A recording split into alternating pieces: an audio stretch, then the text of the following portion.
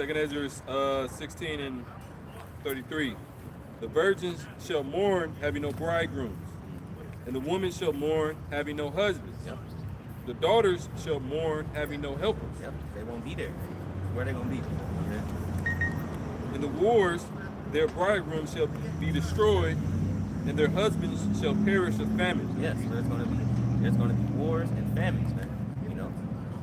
Think about it, what happens in the war. When you look back to World War II.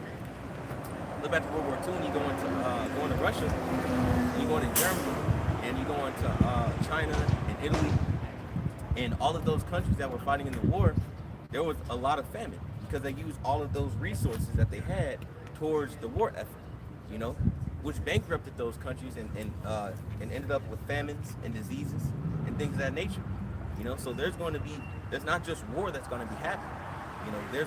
You have something called side effects of war. You know, and we're reading those side effects of war right now. That's prophesied in the scriptures. Give me 2 Ezra 15:1. Go ahead. Verse 35, it says, "Hear now these things and understand them, ye servants of the Lord." Yep. And that's for us to understand. Somebody get Amos 3 and 6 too. Let me get that first. But it's for Israel. It's for the elect of Israel to understand. You know, those that believe the word of the Lord. Because the rest of these people ain't gonna understand. You know, matter of fact. So like, give me Psalm 82 and 6. I got Amos. Okay. You got the Psalms? Okay, let me get the Psalms. 82 and 5 first. So Psalm 82 and 5. Spirit hit me, so I gotta like regulate it. 82 and 5. Hey, we started back up at 441. Kind Yeah, of. that's on 82 and 5. Kind. It's the book of Psalms, chapter 82, verse 5. They know not, neither will they understand. Yep. See, the world knows not, and they will never understand because they don't have belief in the Lord. You know, they believe in their own pride. Go ahead. They walk on in darkness. Right. In wickedness. You know, they can't see anything that's going on in the world because they're too caught up in their normalcy bias, like I not said earlier. Go ahead. All the foundations of the earth are out of course. See, all the foundations of the earth are out of course because they don't believe in the Lord. You know. So everything is backwards, it's wicked, you know, it's inherently wicked. There's nothing but evil out here. This is why we're reading the scourges and the plagues that the Lord is going to send for amendment right now. Go ahead, and you got the Amos, right? I got a quick one real quick. Daniel 12 and 10. Many shall be purified and made white and tried. Yeah, and that's talking about the elect. The elect will be purified and made white because they're going to go through the affliction, you know.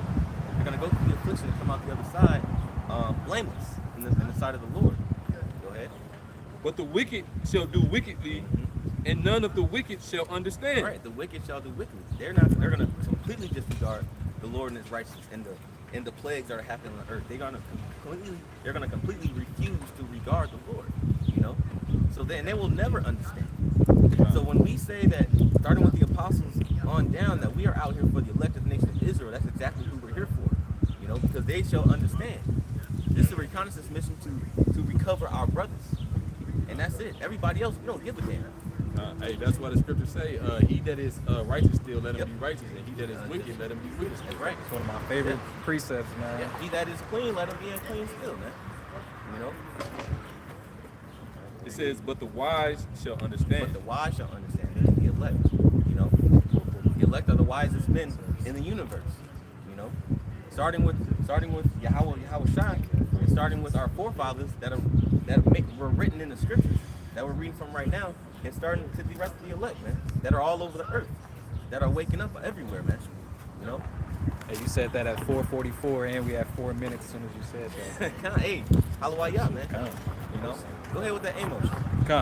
This is the book of Amos, chapter 3, and verse 6, and it reads, "Shall a trumpet be blown in the city, and the people not be afraid?" See, the thing is that there is a trumpet being blown in the city. The trumpet is the signal of war. And the city that is being blown in is Babylon. You know. Now we can liken that unto the rest of the cities that the brethren are prophesying in. You know, but this is mainly about Assyria and Babylon. Amos was living in the Assyrian Empire. And this is what he was prophesying about, you know, the destruction of Nineveh, the destruction of Syria, you know. So now we're prophesying the destruction of Babylon. So that trumpet, Lawyer, let me get Numbers, the 10th chapter, I believe, in the 9th verse. So we're blowing that trumpet, man, which is coming from the Holy Scriptures. Go ahead. It says, shall there be evil in a city, and the Lord have not done it? Right. When you read Isaiah, the 45th chapter, it tells you that the Lord created darkness and light, and evil and good. So when things happen, when people always want to credit Satan, oh, this is the Lord, God wouldn't do this, God wouldn't do that, you know. But the Lord does everything according to his will and purpose. And his will and purpose is for Babylon to be destroyed and for Israel to be delivered.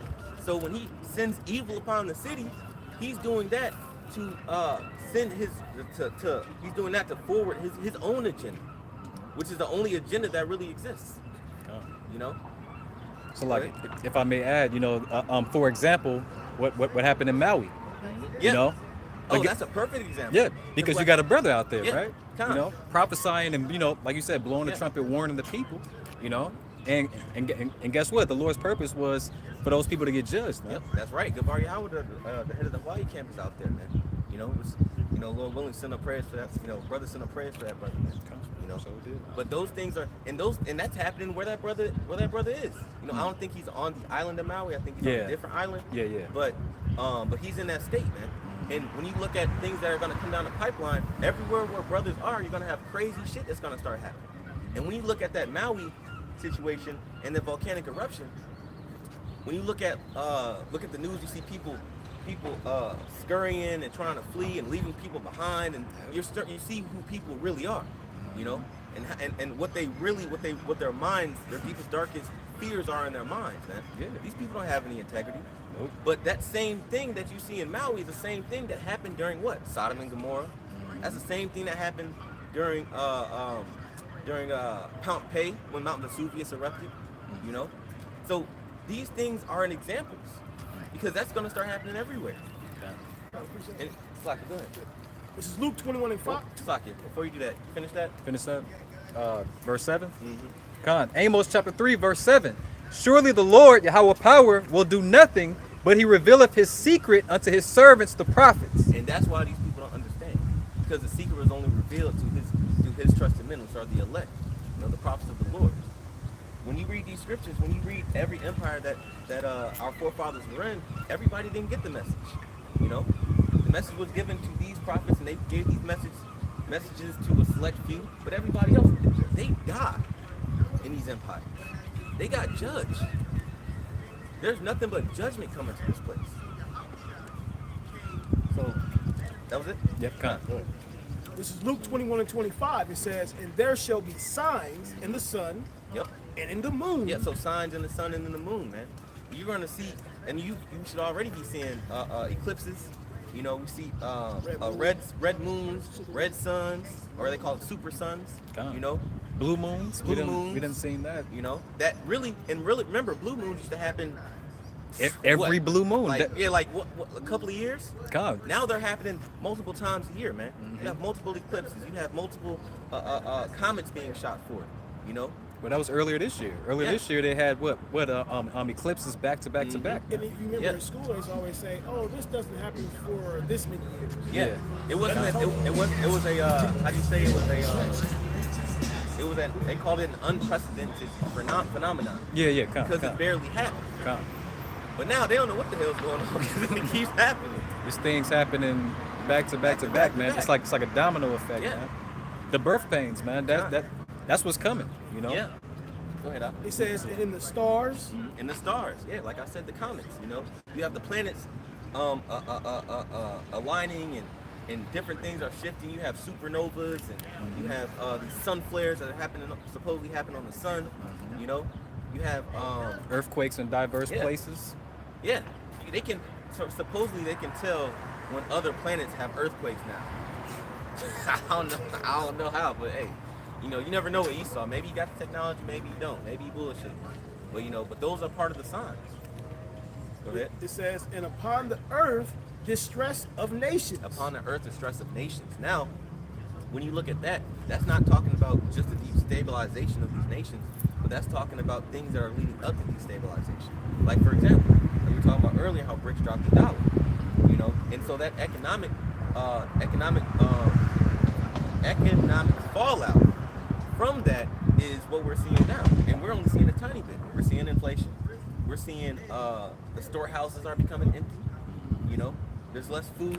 Different store chains are liquidating themselves, and you know, something called, you can say it's redlining. I'd say before now it was redlining, but now it's because of the economic calamity that's happened. Now these stores are shutting down, and now there are food deserts in these communities. Yep. You know, Yep. A lot of businesses are shut down too. People Yeah. are getting laid off. Yep. Yeah. Restaurants and things of that nature, factories, lumber facilities, and things of that nature. So, on all these things are distressing these nations because this is going. It's helping the destabilization of the governmental structure. Because these businesses have government contracts and they supply the government different services and things of that nature. But now these businesses are shutting down. So where's the government going to get all of these provisions from?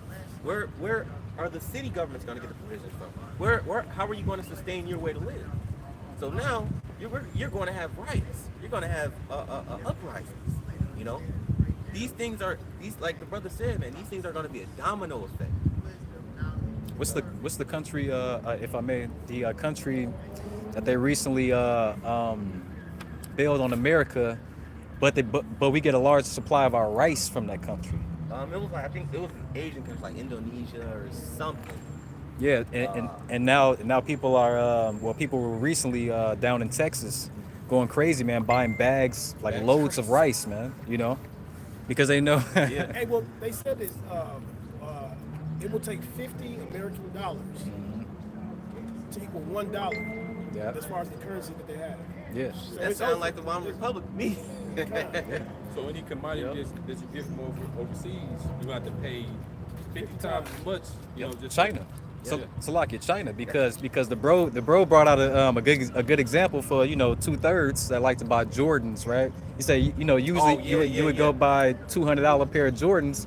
That's gonna cost you probably like $1,300, man. It's 25. Well, now you What see what it, $2,500? well, you seen it during COVID. During COVID, the shoe market exploded, and they were scalping these shoes. So they were selling the Air Jordans for like $900, $1,000, $1,200 a piece. Like there's a store in Mayfair that they resell Jordans, Yeah. and they sell them for like $1,500, $2,000 a pop.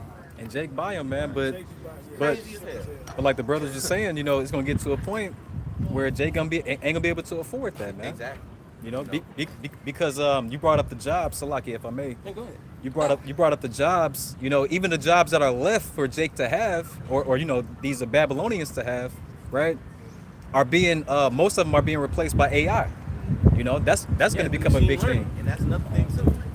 So one thing about that too is that the thing about the machine learning and the robots and the AI is that it's cheaper in the long run. It's cheaper to maintain a robot or an artificial intelligence run by a computer than it is to maintain an employee, because you got to pay that employee benefits, you got to pay the health insurance, you got to pay for dental and vision and 401ks and all this other stuff. Sick leave. Yeah, sick leaves and vacations, and they don't do that with robots. So why wouldn't they replace you with a robot? I'd replace your ass too. Really, man, it don't even make sense. But it's like, So like, I went in Walmart. They don't know shit. Hey, where can I find this? I don't know. Yeah. What's the purpose of we working here? You walk into Target and you ask them where you can find certain items, and they pull it up on the app on the phone. I could have did that. I could exactly. Well, it said, I'm gonna start back. It says, and upon the earth distress of nations with perplexity. I'm going to that word. perplexity, I'm yeah. going to that word real quick. I was looking it up earlier. It actually goes into we talk about this gross darkness. Yeah. But the people, it says perplexity, inability to deal with or understand something complicated or unaccountable. Ooh, An somebody get Isaiah entanglement state. 33 and 6. Somebody get Isaiah 33 and 6. And they're not going to understand what's going on because they're in the dark, and they continue to do what? Just live their lives and go about their way, living their so-called American dream, which is about to come to a screeching halt. Yeah. well, the scripture says it's supposed to come upon them as a thief in the night. That's right. So it's only fulfilling prophecy. It says the sea and the waves roaring, It says, man's heart failing them for fear and for looking after those things which are coming on the earth. Right. So now man's heart's failing them. You don't have heart attacks. You have strokes, anxiety attacks, panic attacks. People are going. These people think that they are. How do you say? They think that they're mentally sound, secure, and mentally secure, but they're not. And the reason being is because everybody's on drugs. This is Prozac Nation. Everybody's on drugs, man. Everybody has some type of form of so-called mental illness that they're diagnosed with. They're taking all these prescription drugs. They are being pandered. Their emotions are being pandered to. You know, they care about being more comfortable than they do with being practical. You know, or pragmatic. So all of these people it's gonna take them unawares. And on top of that, they think that this place is gonna go on forever. Certain things will never happen. So when, boom, a missile just drops on this place or something, or you see tanks running up here, or you see Blackouts. You see blackouts and all this other stuff, like it was during COVID. Damn. Like it was during the 19. I almost said it. But like it was during the 19. And during the 19, you've seen whole countries unravel themselves, man. You know? And this is exactly what's going to happen. Read that over. It says, man's hearts failing them for fear and for looking after those things which are coming on the earth. Yeah, they're going to be looking at these things. They're like, what the fuck is going on? You know? What the fuck is going on? And they're not going to have any answers to it. Like right now. So like right now, that's why the whole big sign, because they're talking about what? They're talking about the chariots. You know? So, yeah, they've been seeing bits and pieces, but what happens when it's up close and personal in your face? And then you can't, there's no, oh, we thought, no, it's there. What are you going to do then? Your heart going to Yep. It's over. Yeah, because just think about how I feel like what's that? 2 Ezra, the 13th chapter. How you gonna come to the astonishment of them that dwell upon the earth? That's right. So they're gonna just be completely astonished. Like their heart just gonna stop. Like he's gonna, you know. You know what's crazy? The last week, my son had a dream about a chariot and a dragon. And he couldn't really describe it well, but he said he had a dream that that there was a dragon and there was a UFO, and that the dragon was and the UFO were like riding behind each, like in a caravan, so to speak. Like there was a chariot and then there was a dragon following behind the chariot. And the next day, him and the brother Lamon's son made chariots with Legos, and they built a dragon. You know. So if our children are getting visions of these things and seeing these things, you know, and we're getting visions of these things and seeing these things are going to come to pass, man. The scriptures talk about where the vision are, and twice it's confirmation, you know, or it confirms it, you know. So these things are going to happen on the earth, man, quicker than what you think they will. You know, so I can go ahead. It says, for the powers of heaven shall be shaken. Now the powers of heaven isn't talking about the angels and the Most High Himself. It's talking about the powers of the first heaven. There are 3 heavens, you know. There's the first heaven, which is earth. The second heaven, which is the Shemayim, and the third heaven, which is the spiritual realm. You know, this is talking about the first heaven. Somebody get Ecclesiastes 12 and start at verse 3. You know, so the powers of the heavens shall be shaken. It's talking about the elites of this world, man. The heads, or the so-called powers of the society, the heads of your governments, the elites, the members of the Bilderberg groups, you know, the members of the so-called Illuminati, so the shadow governments, you know, because they're not going to know what to do. These nations are going to be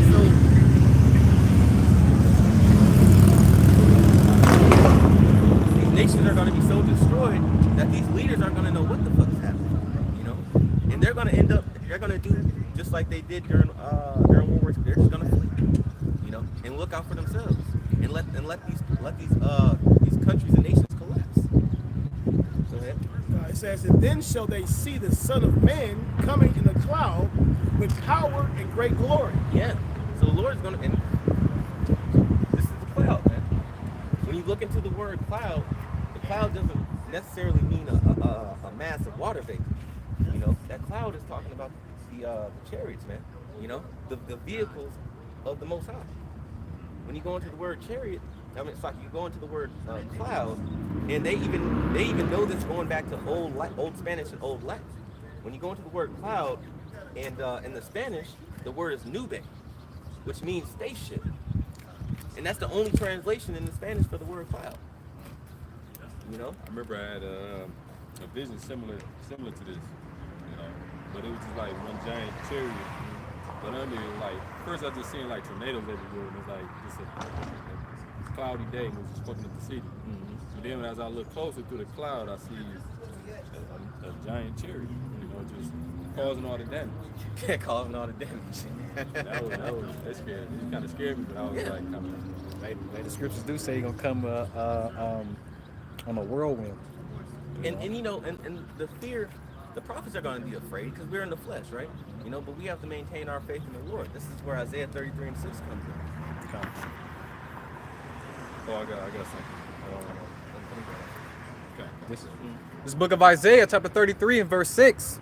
And wisdom and knowledge shall be the stability of thy And times. that's the point. Wisdom and knowledge shall be the stability of thy times. The times we are in and coming into are going to be very tumultuous. The scriptures say in 1 Timothy about the perilous times that are coming. You know, so all these scriptures we've read about the world being in darkness and the wicked not understanding, and there's no understanding. You know, and they shall not understand, and you know, their eyes shall be darkened. That's because they don't have the knowledge, wisdom, and understanding of Yahweh Bashim Yahushua. You know, and that's something that the prophets had. It's been like we read Amos 36, the secrets of the Lord are given to the prophets.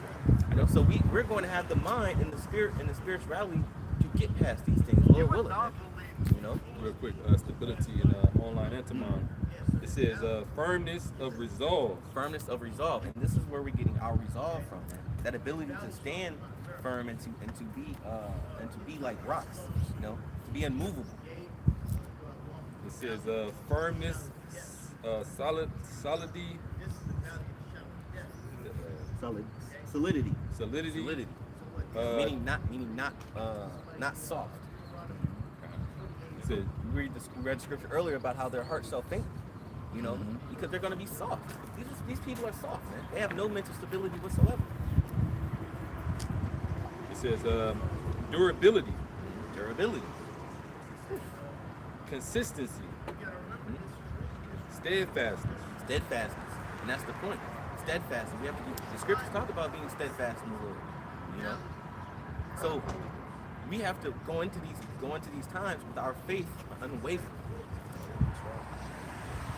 And that's pretty much the point.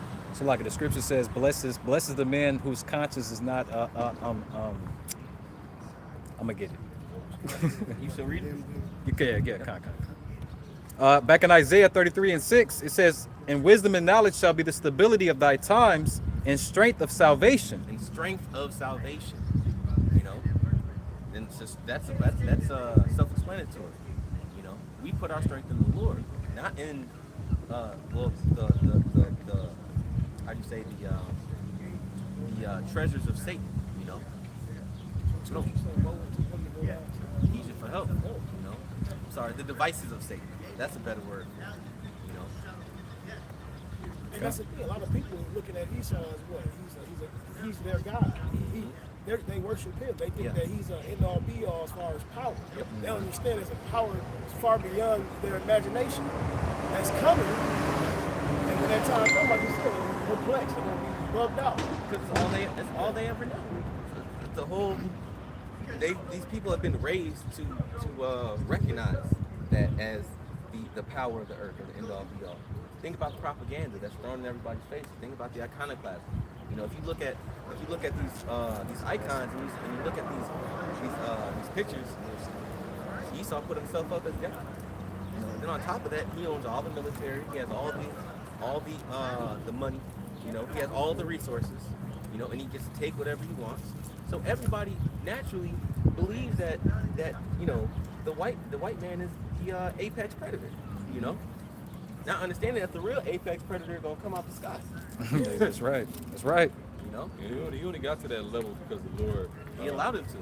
You know, that's why we started off with Revelation 6:4 about him taking peace from the earth. You know, Hey, the Lord made Yahweh Bashim Yahushua made Esau a stumbling block to Jake, man. that's right. Yeah. You know. So we really can't get mad or riled up when we prophesy and we out here and may have a conversation with Jake and they don't understand us, you know, because we're messing with everything that they've ever thought and believed, and that's hard to process. You know, going back into what I now was talking about the normalcy bias. Normalcy bias happens if somebody, matter of fact, somebody get a the definition of normalcy bias or normality bias, because that happens when your thought process clashes with a certain truth that you aren't comfortable with. You know, and that defense mechanism is to push it away. You know, Yeah, I don't want to hear that. I don't want to hear that. I don't understand that. You know, and that's the whole world is in that normalcy bias mode. And I look at normalcy bias as a form of psychosis. You know, in psychology they call it psychosis, which is an inability to process reality. You know. I got you right here. Normalcy bias in Google. It says normalcy bias refers to an inclination to believe that things will remain the same, which will impede people from responding to a crisis. The tendency to remain optimistic about the markets can lead investors to disregard or underestimate the risks they face. So when you translate that into the plays going around the world, they don't want to believe these things because they are in this positive. Everything's positive. I want to be positive, so I don't want to believe something negative is going to change the world. You know, that's why when the 19 happened, everybody was shook. You know, even though you have every period of years, you have these certain crises. You know, you have certain diseases and certain economic crises that have been happening in the world since the world began. But guess what? Everybody just goes back to normal like nothing happened. You know, somebody look up cognitive dissonance. And then their minds become, you know, dull to it. Yeah. But check out what This it is why people's hearts are going to fail. Yeah. Check out what it says in Wikipedia. I should have went here first. Normalcy bias in Wikipedia.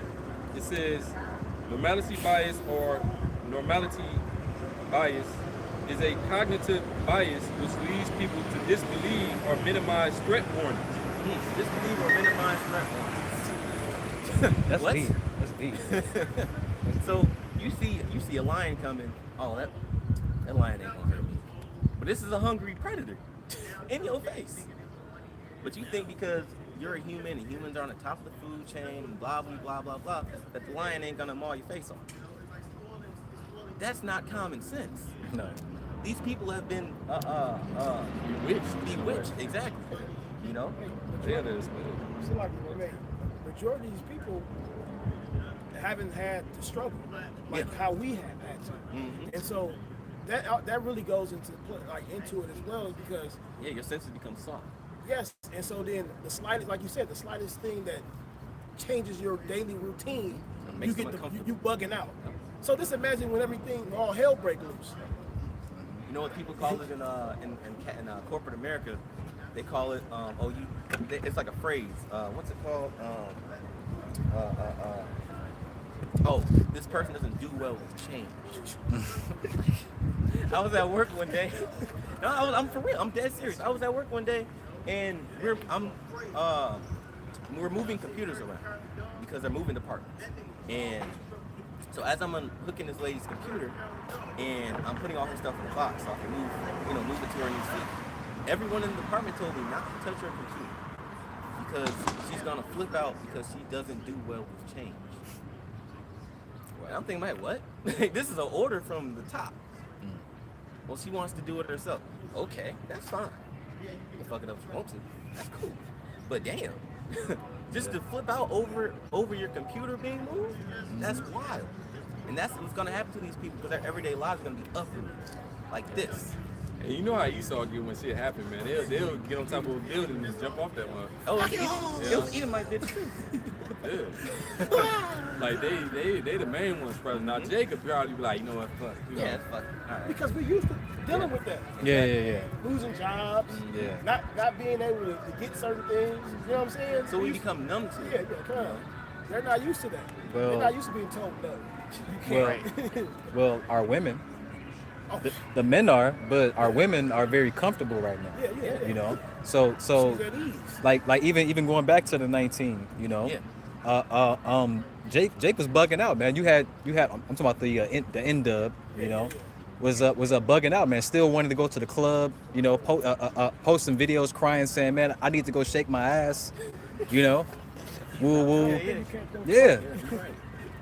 That's when Boosie was, you know, said that on Instagram. I ain't gonna repeat it. Yeah, they all went to the internet. Yep. I got The whole They had party. nothing. They had nothing else. They had nothing else better to do. You know, they have no skills. They have no feminine qualities to learn how to craft and do these things that you know that our older generations of women used to do. You know, so now they have nothing to do but run to the internet. Hey, it forced them to be mothers too because their children was at home 24/7 Yep. during that And they during that hated lockdown, it. and they hated it, man. A lot of people, Women were committing suicide. yep, Women were killing their children. Yep, it's crazy, man. So go ahead and finish that. Come. And then I got a precept What's after. that definition? Yeah, but You let got it. the You got Atlanta it. finish it. You got it. It's back in Isaiah chapter 33 and verse 6. And wisdom and knowledge shall be the stability of thy times, and strength of salvation. The fear of the Lord is his treasure. Yeah, and the scripture said the fear of the Lord is the beginning of wisdom. So if you don't fear the Lord, you will never get the knowledge, wisdom, and understanding of Yahweh Shah. And therefore, you asked out. It's like Back in this definition, normacy bias, it says, consequently, individuals underestimate the likelihood of disaster when it might affect them and its potential adverse effects. see, they underestimate the potential for disaster. And that's why the day of the Lord's gonna come unawares, like a thief in the night. You know, somebody get Ezekiel, 21st chapter. I'm sorry, the 12th chapter, the 19th verse. Slide. It also says the normacy bias causes many people to not adequately prepare for natural disasters, market crashes, and calamities caused by human error. Because they're comfortable. That's why. It says about 80% of people reportedly display normacy bias during a disaster. Yeah, they don't believe it's real until it's at their front door, and then they still don't believe it's real because they're gonna be bugging out. This can't be happening. It can't be. This can't be happening. I'm in a dream. Somebody wake me up. You know. So like you said, it's Ezekiel 12, And 19. 19. Or 19. It Are says, you got it? Son of man. Last son of man have not heard. And say unto the people of the land, What is that proverb? Ezekiel 12 and 9. Well, 18, son of man. 18, 19. Come. I got a precept too. So like you. 18. Real quick. Oh, you got it? Yeah. It's the book of Ezekiel, chapter 12, verse 18. Son of man, eat thy bread and quake with quaking. That's not it. No, that's not it. It's 21. It's 21. Oh, I Slovakia, don't know why I was thinking about 12. Every Okay, this vision book of fails. Ezekiel, chapter 12, verse 21. No. It's 21 reading down. Okay, come. Verse 21, it says, and the word of the Most High, Yep. Yahweh, came unto me, saying, Son of man, what is that proverb that ye have in the land of Israel? Yeah, Saying, so it's a proverb. You know, proverb is a phrase or a saying, you know, or a quote, right? Go ahead. proverb that ye have in the land of Israel, saying, these days are prolonged, Yep. and every vision faileth. It's like normalcy bias. This is explaining normalcy bias, man. They don't want to believe it. Go ahead. It says, tell them therefore, thus said the Lord Yahweh, I will make this proverb to cease. Right. Oh, y'all gonna stop talking shit. Let's check this out. Go ahead. It says, and they shall no more use it as a proverb in Israel. Yeah, you ain't gonna be saying it no more because things is gonna be that. My hubby said that monkey gonna be on your back, man. You know, the prophecy's gonna be on your head, right on top of you. You're not gonna be able to deny what's going on in the world. And when your stomach start touching your back, it's gonna get very real. And Jake, It was just made me think about in Noah's day, like preparing the ark, like all the normacy bias that was taking place then, like it's gonna rain. Come on, man. What you Scoffing. talking about? Scoffing. Now, I hate to reference that movie Noah, but because they made it with Russell Crowe and a bunch of fucking Edomites. But what it did capture, it captured the fright on everybody's faces when it did start raining. It started raining. Everybody's like, what's that? And then whoosh, and all you seen was calamity on everybody's faces. Sheer horror. Yep, sheer horror and terror, man. It's like the saying they always say, oh, that's not going to happen in our lifetime. Exactly. No, well, the scripture knows Yeah, that. yeah. It says, but say unto them, the days are at hand, and the effect of every vision. Right. So while they're discrediting the visions of the Lord in the scriptures, right? And they're saying, oh, that's not going to happen. That ain't going to happen. That happened, or that ain't going to happen in our lifetime. No, we're telling them that no, it is going to happen. Read it over. It says, tell them therefore, thus saith the Lord Yahweh, I will make this proverb to cease, and they shall no more use it as a proverb in Israel. But say unto them, the days are at hand, and the effect of every vision. So that now you're going to tell them, no, it's coming to pass. It's right here at your doorstep. And the effect of every vision, all these visions are going to come, all these prophecies are going to come to pass, man. This prophecy's happening now, daily, jumping off the page, man. Go ahead. It says, for there shall be no more any vain vision nor flattering divination within the house of Israel. And those vain visions and flattering divinations come straight out of the hirelings' mouths, man. These false prophets. They peddle and perpetuate the vain visions, man. By not teaching the plagues and the prophecies, man. By not teaching about the darkness that Yahweh is going to come. By not teaching the destruction and calamity that's going to come upon the world. That's been prophesied, as plagues, man. And then sprucing it up as prosperity, And then from there on, that's where people take the dogma from these so-called pastors and these so-called shepherds, right? These false prophets, and then pass that down to their children. And now their children attach that dogma to their morals, and now this is just what they believe.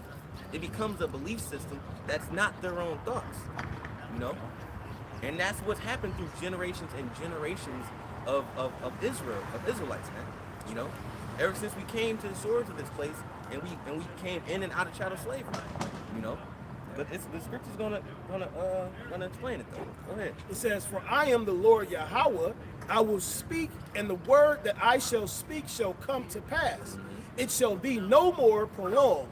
For in your days, O rebellious house, will I say the word, and will perform it. It says, oh, in your days. So that means in your lifetime. So ain't gonna be no more, oh, that ain't gonna happen in our lifetime, or I'm gonna be dead and gone by the time that happens. Or oh, that's not gonna happen. The government, I had the dude tell me the government's gonna step in. That ain't gonna happen. I was like, oh my God, okay, all right. He believes in Egypt. Yeah, they believe in Egypt wholeheartedly.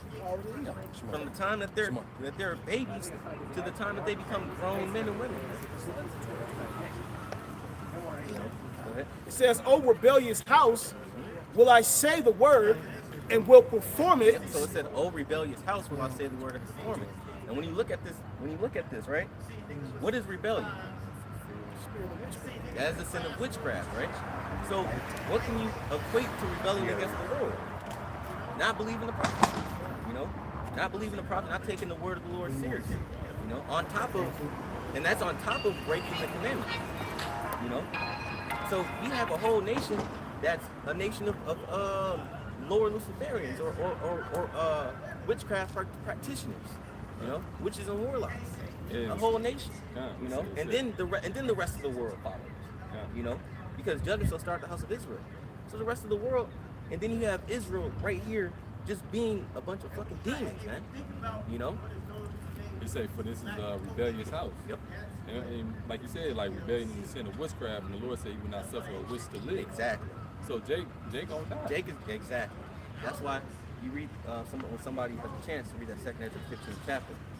But go ahead, Al.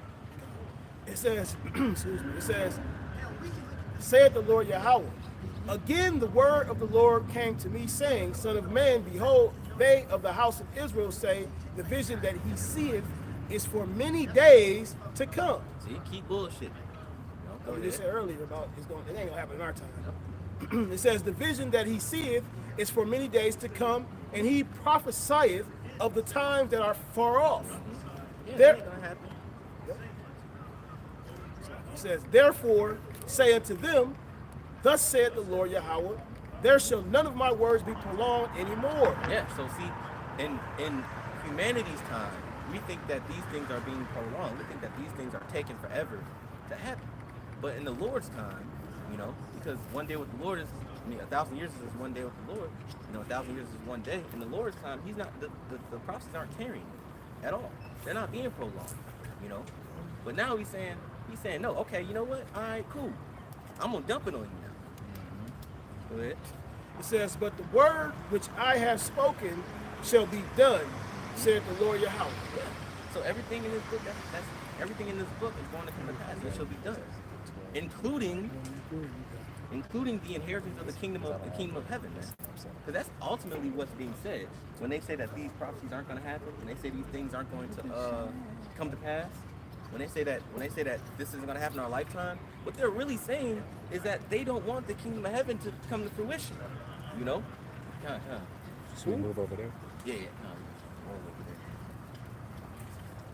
We don't have any. And it's not. It's kind of like, it ain't this is a coming. rain You cloud. should wait till it comes down. Yeah, like, yeah. all It's that. not. Uh, really quick raining. precept. Go ahead. Al. This is Titus 1 and 2. It says, in hope of eternal life, which the Most High, that cannot lie, promised before the world began. Now, That's fire. So the Lord promised eternal life to the elect, to the nation of Israel since the world began.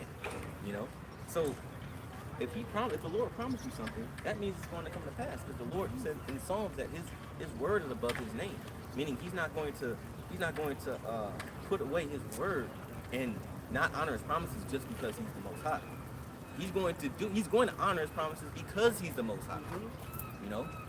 Yeah, and it say none of his words shall return void, but Yeah. he shall accomplish wherewith he hath sent it. Roughly paraphrasing. Yeah, that's right. It's like No, you got it. it says, but hath in due times manifested his word through preaching, that's through the prophets. Yep, that's right. We are his mouthpiece. Yep. It says, which is committed unto me according to the commandment of the Most High our Savior. See, so it's permitted unto the prophets according to the Most High. And that's why this message is divine intervention. You know, that's why this message can't be processed by the regular people of the world. Because the regular people of the world are demons.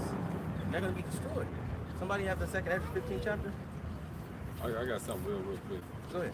Because, like you said earlier about us blowing the trumpet, that's us giving this warning. You know, because the trumpet in the ancient world were either blown to, call forth in a solemn assembly, or was for a means of warning. Yes. You know, so that's what we're doing. This is Joel 2:1. It says, "Blow ye the trumpet in Zion, and sound an alarm in my holy mountain."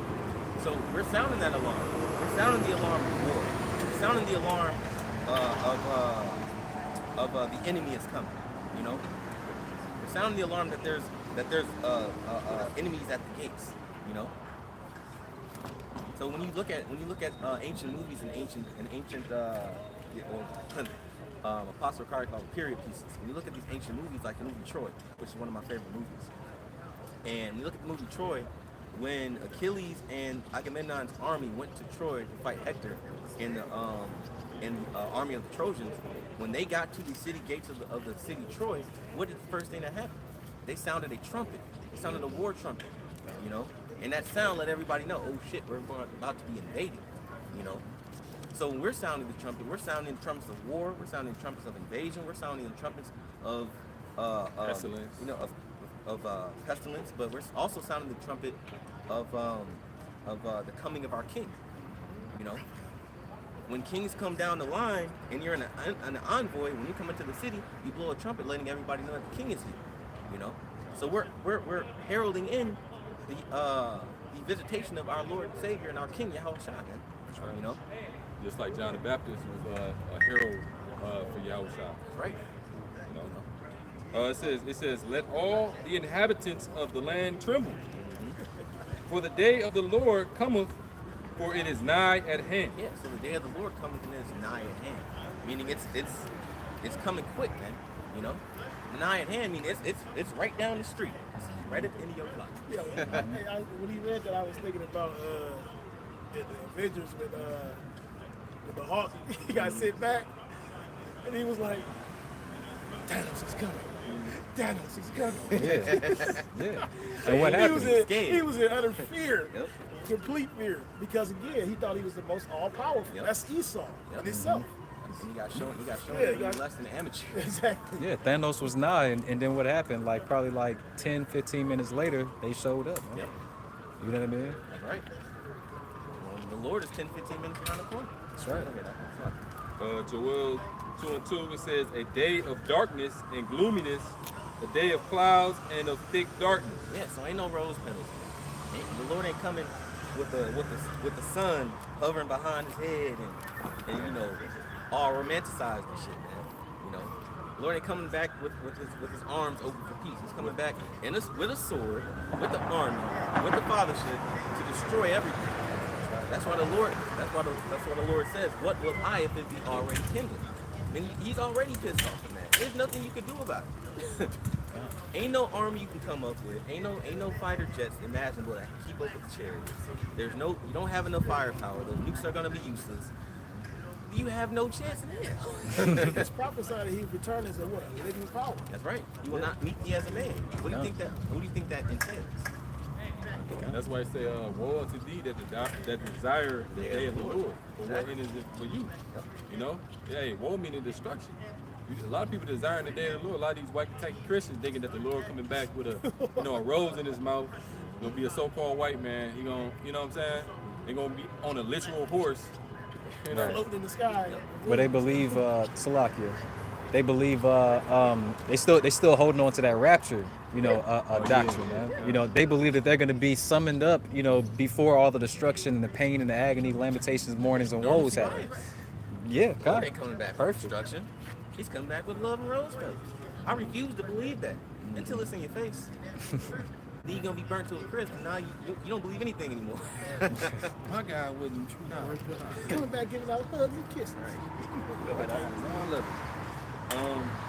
It says a day of darkness and of gloominess and of thick, and a day of clouds and of thick darkness, as the morning spread upon the mountains, a great people and strong. There have never been ever the like, neither shall there be any more after it, even to the years of many generations. Yeah, it's going to shake the world completely. What's his name? The dude that died, how about I say in the room?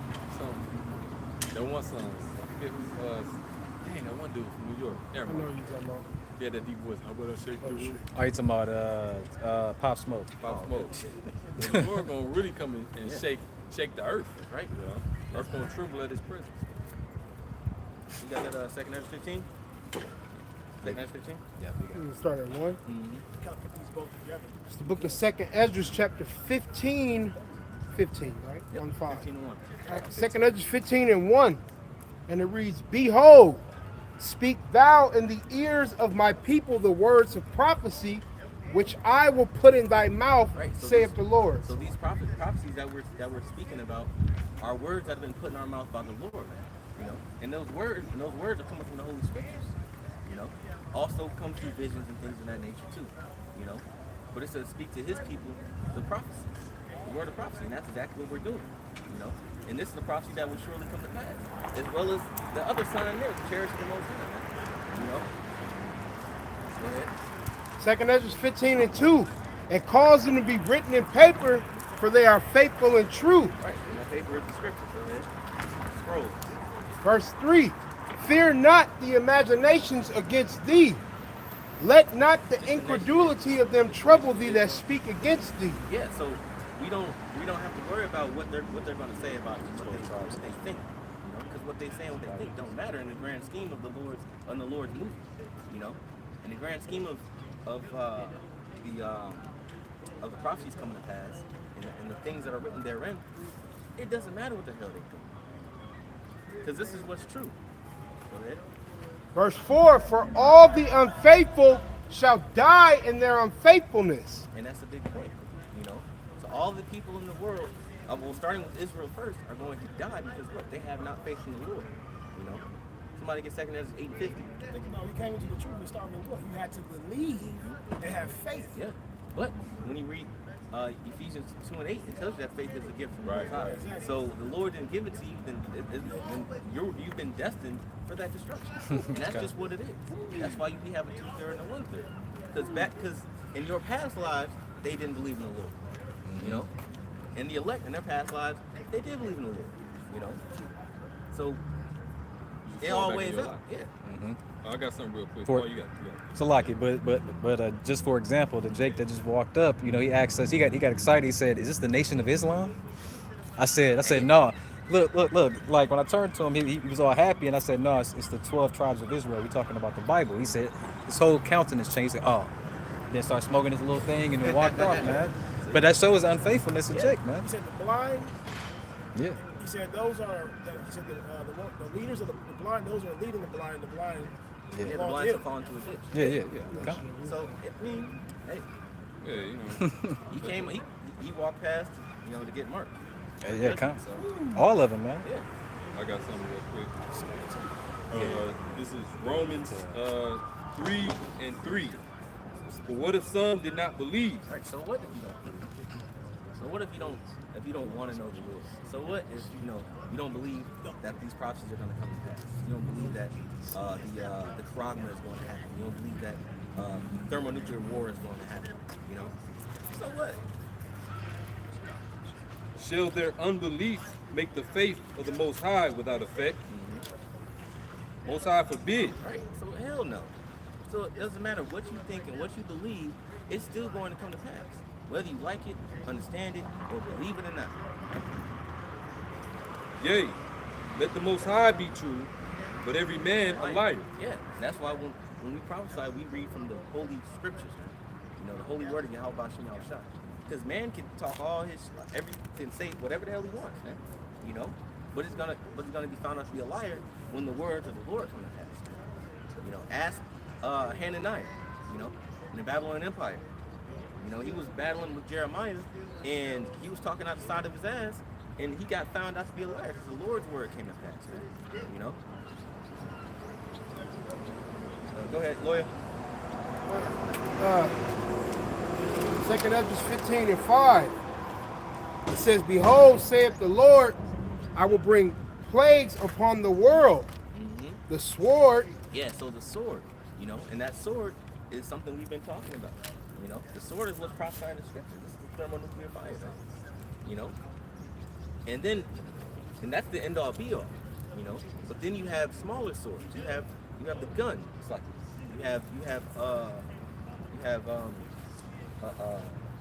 not guns, but you have drones. You have smaller missiles. You got tanks. You got semi-machine guns. These things are The thing too. yeah, but this is just talking about yeah. But you have all these things that are gonna come to pass on this place, man. You know, this is part of the sword. You know, these things must happen to force the Qur'an. You know, and then the big sword gonna come. You know, so the sword. It says the sword, famine. You know, because guess what? Famine is gonna bring the sword. Think about it. Famine is gonna bring civil unrest, and it's going to bring uprisings, you know, and that's going to bring martial law. Fuck. That's going to bring about the martial law. It's going to bring about reserve armies being set on the people. Man. You know, what's going to happen when there's no food? People are going to be rioting, invading one another, and killing each other over food, man. You know, and that's going to bring in martial law troops, man. You know. And when you have famine, guess what? I mean, it's like when you have lack of food, you have famine. And famine breeds what? Disease. Yep. You know? Go ahead. But it says, behold, saith the Lord, I will bring plagues upon the world, the sword, famine, death, and destruction. Yep, death and destruction. You know, so that sword of famine is going to bring death, and thermonuclear fire is going to bring destruction. You know, and it says it shall come upon the world. So this isn't saying it's going to come upon just America or just Russia or just Venezuela or just Canada, you know, or just China. It says the world. You know, because this whole world has to be destabilized. Go ahead. Verse 6, for wickedness hath exceedingly polluted the whole earth. See, wickedness has polluted the whole earth. And that's the point. And what is wickedness? Rebellion against the Lord. Nobody cares about the Shai or his servants, you know. And that has led to the wickedness, the creating of idols and worshiping idolatry. You know, the performing sexually deviant acts. You know, all the So like you had read that in Genesis 6, that the thoughts of their imagination was only evil continuing. Yep, exactly. You know, But it says, for wickedness hath exceedingly polluted the whole earth, and their hurtful works are fulfilled. yeah, and their hurtful works are fulfilled, meaning the Lord is done with seeing the wickedness on this earth. You know, go ahead. Verse 7, therefore saith the Lord, I will hold my tongue no more as touching their wickedness. And that's why the prophets are here. You know, that's why the prophets are here. To tell the world the judgment of the Most High. Which they profanely commit. Profanely committed, you know, and something that's profane is something that's outside of the temple or inherently wicked, you know. So they do this without remorse. They do this without limit. They do this without restraint. You know. Go ahead. All right, it says, neither will I suffer them in those things in which they wickedly exercise themselves. Yeah, because it's all going to be destroyed. Behold, the innocent and righteous blood crieth unto me, and the souls of the just complain continually. Those are the ones that died believing in the Lord, seeing this world for what it is, you know, and the souls of the just that are sighing and crying for the abominations, you know. So how long do you think the Lord is going to stay His hand when all He does is hear the cries and the prayers of those who are vexed by this wicked world? You know, the scriptures say He will surely avenge the elect. You know, so there's no how you say there's when you have bad blood between somebody, like there's no reconciling. There's no reconciliation for this place, man. The only reconciliation for this place is death. 2nd Esdras 15 and 9. Oh, you want me to keep going? Yeah. It says, and therefore saith the Lord, I will surely avenge them, Yep. There you go. and receive unto me all the innocent blood from among them. Behold, my people is led as a flock to the slaughter. Yeah, and Israel is being led as a flock to the slaughter. Just how you see a whole line of cows just being herded into the slaughterhouse, not knowing that they're being pushed into this place to die until they get in there. You know, then the adrenaline starts pumping, the hormones, the horror starts pumping, right? You know, Israel doesn't understand that they're moving into the slaughterhouse until they get there.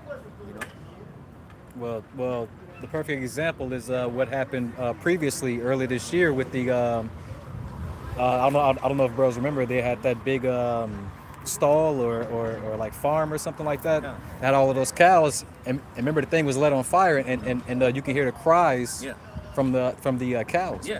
Man, Yeah. You know? And what do you think is going to happen to this place?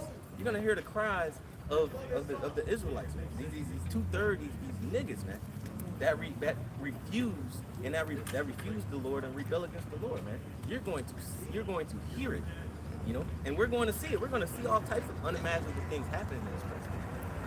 It was like that during ancient Egypt. You know, when it was all the plagues was happening, Israel was hearing the cries that was coming from, especially when all the firstborn was dying. You know, everybody was sighing and crying over their firstborn child. And it was echoing out throughout the land.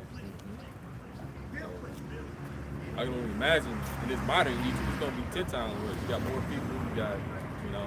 Oh, somebody get that in either Sirach 17 or Wisdom of Solomon 17. It talks about the plagues of Egypt and the apparitions and things. Yeah, dude. Wisdom of Solomon. Yeah, Wisdom of Solomon 17. Yeah, somebody grab that. Keep going, lawyer. 2nd Ezra 15:10. Behold, my people is led as a flock to the slaughter. I will not suffer them now to dwell in the land of Egypt. Yep, and that's the point. Like the brother just brought up, we just brought up Egypt, man. You know, so the Lord isn't going to let us stay in this place. He'll destroy us before the Lord will destroy Israel before He lets them continue on in their wickedness in this place. Go ahead. Verse 11. It says, but I will bring them with a mighty hand and a stretched out arm, and smite Egypt with plagues as before. So that mighty hand and stretched out arm is talking about the chariots, man. You know. We should go into this because since it's talking about Egypt, it's being smitten with plagues as before. Unless you, Well, it should tell you, right? Yeah, it just says, and smite Egypt with plagues as before, and will destroy all the land thereof. Yep, and will destroy all the land thereof. Now, that's one of the things that verse. God, Wisdom of Solomon 17, verse 1, it says, for great are thy judgments, and cannot be expressed. Therefore, unnurtured souls have erred. Unnurtured souls have erred. Because they haven't been nurturing their souls with righteousness. They've been nurturing their souls with wickedness. You know? Now, the thing about this is that this is during the plagues of Egypt when you had the influence of the influence of the nation of Egypt, which is Mizraim, which is the nation of Hamites, and it was just that nation. Now you probably had some other nations sprinkled in there, but they had a big, heavy influence on Jacob. You know, just like now you have the influence of every single nation on the planet. You know, go ahead.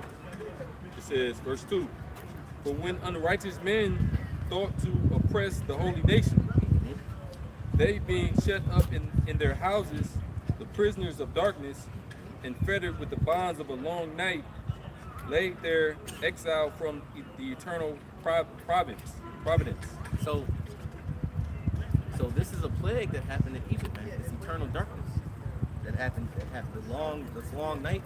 It's a plague of darkness. You know. Now these things are going to come back. These things are going to come back again to the new Egypt. This isn't a fairy tale. This isn't something that never happened. This is historical documenting that this did happen. You know. Go ahead. That one movie where it was some Edomites that was on the road, on the highway, and there was a bunch of cars there, and then he was like, one of his friends was calling him all frantic because he seen some on the news, and then right when he was talking, all the lights just started going out. It just completely blackout. Well, they recently found the exact spot where Moses parted the Red Sea. Man. You know what I mean? They found Pharaoh's chariots, remnants of the chariots at the bottom. Man. You know. So like in verse 3, it says, for while they supposed to lie hid in their secret sins, they were scattered under the dark veil of forgetfulness, being horribly astonished and troubled with strange apparitions. Yeah, see, they were horribly astonished and troubled with strange apparitions. You know, those spirits.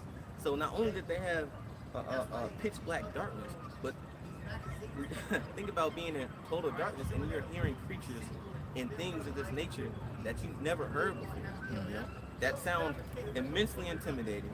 That sound dangerous, you know, and you have no defense because you can't see. So you don't even know how to defend yourself, where to defend yourself from which direction. You know, imagine the terror and anxiety that causes. You know, so I'm surprised there were people dropping dead from heart attacks. Go ahead. It says, for neither might the corner that held them keep them from fear, but noises as of waters falling down sounded about them, and sad visions appeared unto them with heavy countenance. It says, and the left hand was plaguing the hell out of them, man. They was having fun that night, man. Yeah, y'all want to be wicked, y'all want to worship idols and demons, right? Okay, I got you. I'm gonna bring them right to you. Well, that's like that movie clip with that movie that Yaka Wall posted. What is it? What is it called? Calling for you or Yeah. calling for us or something like that. You know? With the hand? Yeah. Oh, the let's hand, talk yep. to me. Talk to me, kind Talk to me. There we talk go. to me. And you know what? This kind of remind me because back when I was in the world, I was dealing with like a lot of demonic activity and sleep paralysis, things of that nature. You're hearing shit growling in your ear. Like, so I know, I'm thinking about like, damn, this shit, it was being terrorized, you know. And I know the Lord was having that happen to me because I was being wicked in the world and he was trying to, you know, he was allowing them demons to do what they do. But anyway, so like,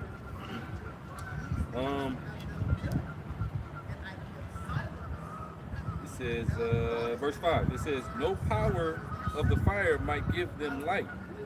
See, so they tried to light fires, and they still couldn't get any light. Imagine you trying to light a fire, and it doesn't, and it like you know, you can feel the heat, but it's still dark. That's insane. That's gonna freak you out even more. Exactly. So every avenue that they tried to take, it got shut down. You know? So these people were left entirely hopeless. You know, with no way of knowing how they were probably going to live to the next day. I think it's gonna say darkness that could be it says, neither could the bright flames of the stars endure to lighten that horrible night. Only there appeared unto them a fire kindled of itself. Lord, like, the only fire you gonna get is judgment. It says, only there appeared unto them a fire kindled of itself, very dreadful, for being much terrified, they thought the things which they saw to be worse than the sight they saw not. Yeah, so they were already freaking out because they had no light. They were hearing things. They couldn't light fires, and the next thing you know, a fire just comes out of nowhere and lights itself. That's wild. That's wild. It says, as for the illusions of art magic, they were put down. So they tried witchcraft. That shit didn't work. Because before, remember, earlier before the plague started, you know, they had the soothsayers and they were battling with Moses. So their witchcraft didn't work, you know. But now they can't even defend themselves with the very tools that they tried to fight Moses with. You know, they can't light fires. They can't see anything. They hear apparitions and spirits. They can't do any witchcraft. You know, so every worldly tool that they had at their disposal was null and void, was nullified. And they tried to mimic this with the movie The Mist. Mm-hmm. You know, different things that was happening. And that movie, you know, a lot of spiritual nuggets in there. But anyway, It's a God of Israel. it says, Well, yeah, with The Mist. When the brother's going into, you look into the movie The Mist, there was a scene, because the whole movie took place inside of a convenience store or a grocery store. And there was this intense mist that came down from the mountain. And you couldn't see anything, but you heard everything, you know? And when it first happened, it had to be Jake, the Jake woman, right? But the Jake woman was a witch. And first thing that came out of her mouth, when you look at her, it was utter terror. And the first thing that came out of her mouth was like, it's the God of the Israelites. You know, because she knew that he was coming to place judgment. You know, so when you think about this, think about what the Egyptians were saying. You know, think about what the Egyptians were saying in their mind. Man, Pharaoh got to let these niggas go. He got to get these niggas out of here. I think, man, I can't deal with this shit. Like, We had that conversation the other day. I said, was I talking to you? Was I talking to somebody about how that essentially is what's going to happen again, and how things have been in the past because of what happened with Egypt, and that's how our name was, you know, throughout the world. Hey, don't mess with them. Yeah. You don't want to deal with their power. Yep. You know what I'm saying? Yep. And that's frightful because Jeremiah knowing that there's a 16:14. power. Yeah. It's fine. No, you good. Keep going. I No, I was just saying like that. Essentially, that's what's coming back into the earth, and we're heralding his name now. Yeah. Let him know, like, hey, our power is about to show up in great fashion. Hey, remember about the walls of Jericho? You know, we shattered the walls of Jericho down, and then how about you now shine? What happened? The walls came crashing down. So what do you think the Lord's going to do to the city without walls? It's gonna crash and burn. Exactly. Go ahead.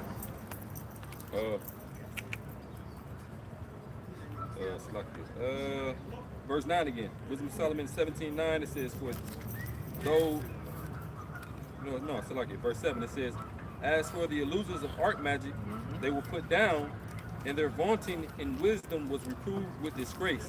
Their vaunting in wisdom was reproved with disgrace. That means everything that they thought they knew about their present world and about their so-called, because they were educated. They had different ways of finding out, like, whether the earth is round or flat, or what constitutes light and darkness and that nature. Their understanding failed them. Their understanding became useless because they couldn't explain anything that was happening. It's like I just thought of a precept. It's in the book of Job where it says he disappointed the devices of the crafty so that their hands cannot perform their enterprise. So Lord, That same thing, disappointed. that's going to happen to Esau. Yeah. That's going to happen to Esau. He ain't going to know what the fuck to do. He ain't going to know which way is up. Go ahead. Verse 8. It says, "For they that promise to drive away the terrors and troubles from a sick soul, were sick themselves of fear." Right? So you're going to tell somebody else to calm down and don't be afraid and, everything is going to be all right, this and the third. But you over here shivering.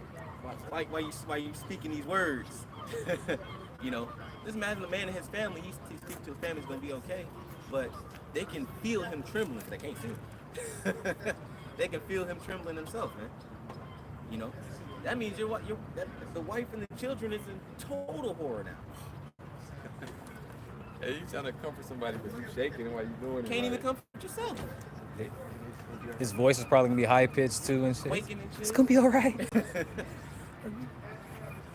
Verse 8 again. It says, I know we're laughing at it, but this is a serious matter. The Lord said that you shall laugh at your calamity. So when these things happen, hey, it is what it is. Go ahead. I'm gonna read it again. Verse 8 again. It says, "For they that promise to drive away terrors and troubles were from a sick soul were sick themselves of fear, worthy to be laughed at." Worried to be laughed at.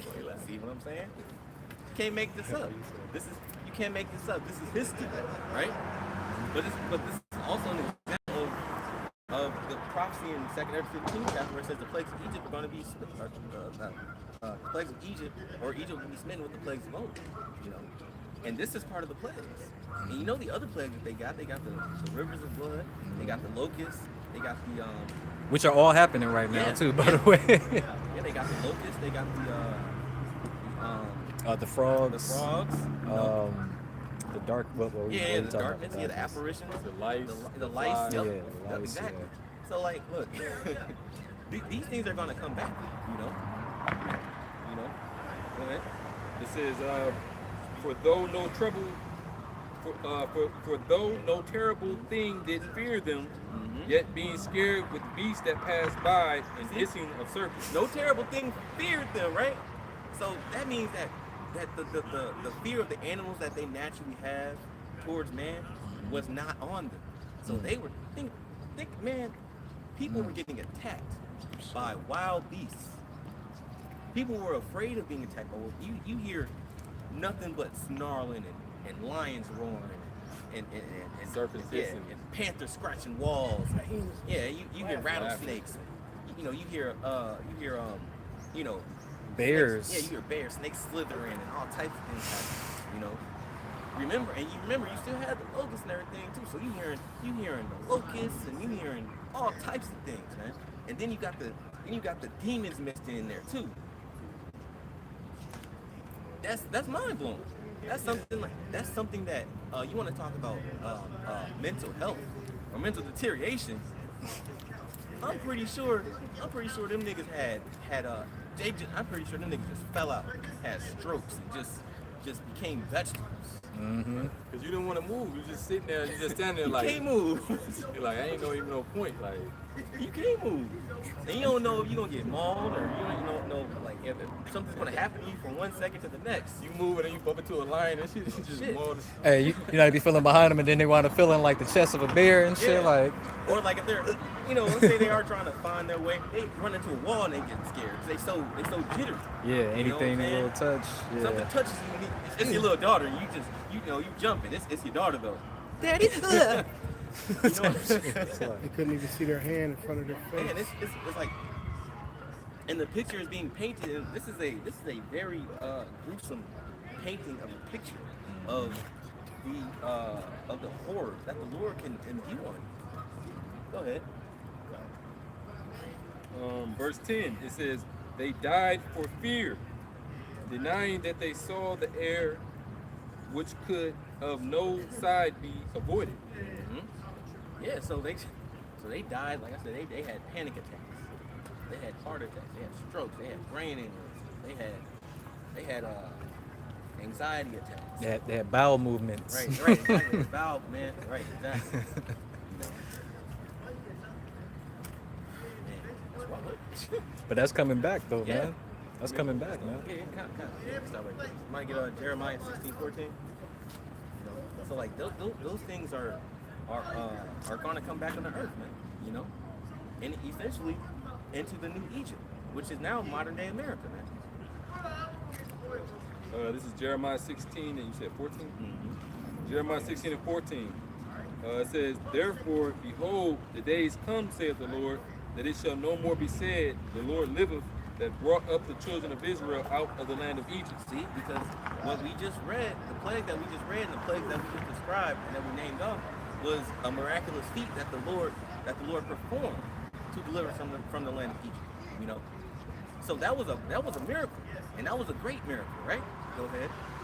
But the Lord liveth, that brought up the children of Israel from the land of the north. See, now it's going to be said that now the Lord liveth that brought up the children of Israel from the land of the north. And where are we now, man? We're in North America, and this is where the bulk of Israel is going to be. In Babylon. So when we're delivered out of this place, it's going to be an even greater miracle than what it was when He delivered us out of Egypt. So the Lord is basically saying, "Oh, I can top that. I can top that. Watch this." You know how Jake. The Lord is the ultimate Jake, man. You know how Jake is. Oh, you thought that was something. Watch this. Yeah, because we're gonna be Lord willing, we be a part of that number. We're gonna be being delivered through the fire, the thermonuclear fire. Yes. That's gonna be, man, Yeah, with chariots. scarcely saved. That's right. So we're gonna, man, look. It's going to be awe-inspiring. It's gonna be awe-inspiring when we're delivered from this place. When we're finally delivered from this place, and we don't have to deal with the bullshit and the horror and the wickedness and the poison in the food, and we can drink like it's something that you almost can't imagine. Because we don't have any of that. We've never had anything in righteousness, So how could you not want these things to come to pass so we can bring the kingdom of heaven? So I get a second Ezra 2 and 10. You know what else I was meditating on the other day is looking at it from the perspective of these elites too. And like these other nations that's going to be still here on earth even after Babylon is destroyed. They can be looking at it from afar like, man, there's no way anybody made it out of that. You know what I mean? Yeah. But the elect did, Yeah. And we gonna come right over there and take their shit. Slap them chains on them, man. Like for example, there's a good example too of what you just said. The movie V for Vendetta. In the beginning of the movie, they had the TV on, and it was the news. Okay. And the news showed that America was already destroyed. And they were all the way in Great Britain or England somewhere, in London. So they showed that America was destroyed by nuclear fire, and it was a big ass smoke cloud. It was hovering from some shore they were reporting from. So other nations, they understand that. They know. Because they have the prophecies too. The whole world has the prophecies of the Lord. You know, and they believe in these prophecies. They know that these things are going to come to pass. That's why they're trying so hard to keep what they have. I wouldn't be surprised, man. They be live streaming during that time, like Oh, yeah. you know, seeing Jake getting beamed up, and you know, they say that enemy shall behold them. God. So, you know, they might go around the world, and other countries might be like really see like, oh, the Lord delivered, Yes. you know, Yeah. and that's how that fame going. You Yep. know, Exactly. So what do you think's gonna happen when they see these things, and you know, then the next second, boom, we at their front door. Right. What's the scripture that they're going to be like? I know what you're talking about. Amazed at the Oh, Salvation. yeah, the strangeness of their salvation. Solomon 5. Wisdom of Solomon 5. 5:1. Somebody grab. I can grab. A little bit more here. Or you already- Jeremiah 15 and 16 and 15. But the Lord liveth that brought up the children of Israel out of the land of the north, and from all the lands whither he had driven them, and to bring them again, Also, I can go ahead. and to bring them again into their own land to give that he gave unto their fathers. See? So not only will we deliver from America, but also is going to make the miracle even greater because we're going to be delivered from everywhere that we've been scattered for for the last 2,000 years, man. You know? So you have somebody get Isaiah 11 and verse 11 too. You know?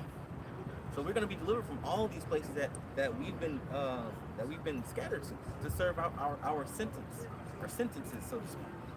That's what's going to make the miracle even greater. That's why the name Yahweh Bashim Yahshua is going to ring in the earth so rampantly. You know, this is how the name is going to be made fresh, like it says in Revelation 21st chapter. You know, it says there was written on him a new name, which no man knew. You know, meaning fresh. Because now the whole world is going to know the Lord's name.Ey're going to know Yahweh Bashim Yahshua is the Lord. You know, he's going to be exalted. And that's what this is about. So the whole world can know who he is, man, and know who his children are. There can be no denying it, man. Ain't gonna be right. Ain't gonna be no denying, man. I can't deny it. Fuck the riot. Scripture to back up your point. Romans 9 and 17. It says, for the scripture saith unto Pharaoh, even for the same purpose have I raised thee up. See, even for the same purpose have he raised up Pharaoh. Go ahead. And the modern day Pharaoh is Babylon. Yes, Monday Pharaoh, yes, president of Babylon. It says that I might shew my power in thee in destroying this place, and that my name might be declared throughout all the earth. See? That his name might be declared throughout all the earth. Right, and that's going to be Passover 2.0.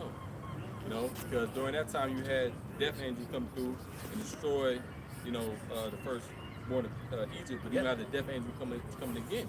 Yep. You know, And ain't gonna be just the firstborn being slain, man.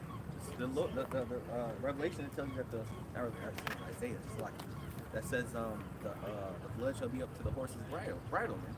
You know, the blood of the slain shall be up to the horse's bridle. You know, now you know how tall horses can get. Horses can get 10 feet tall.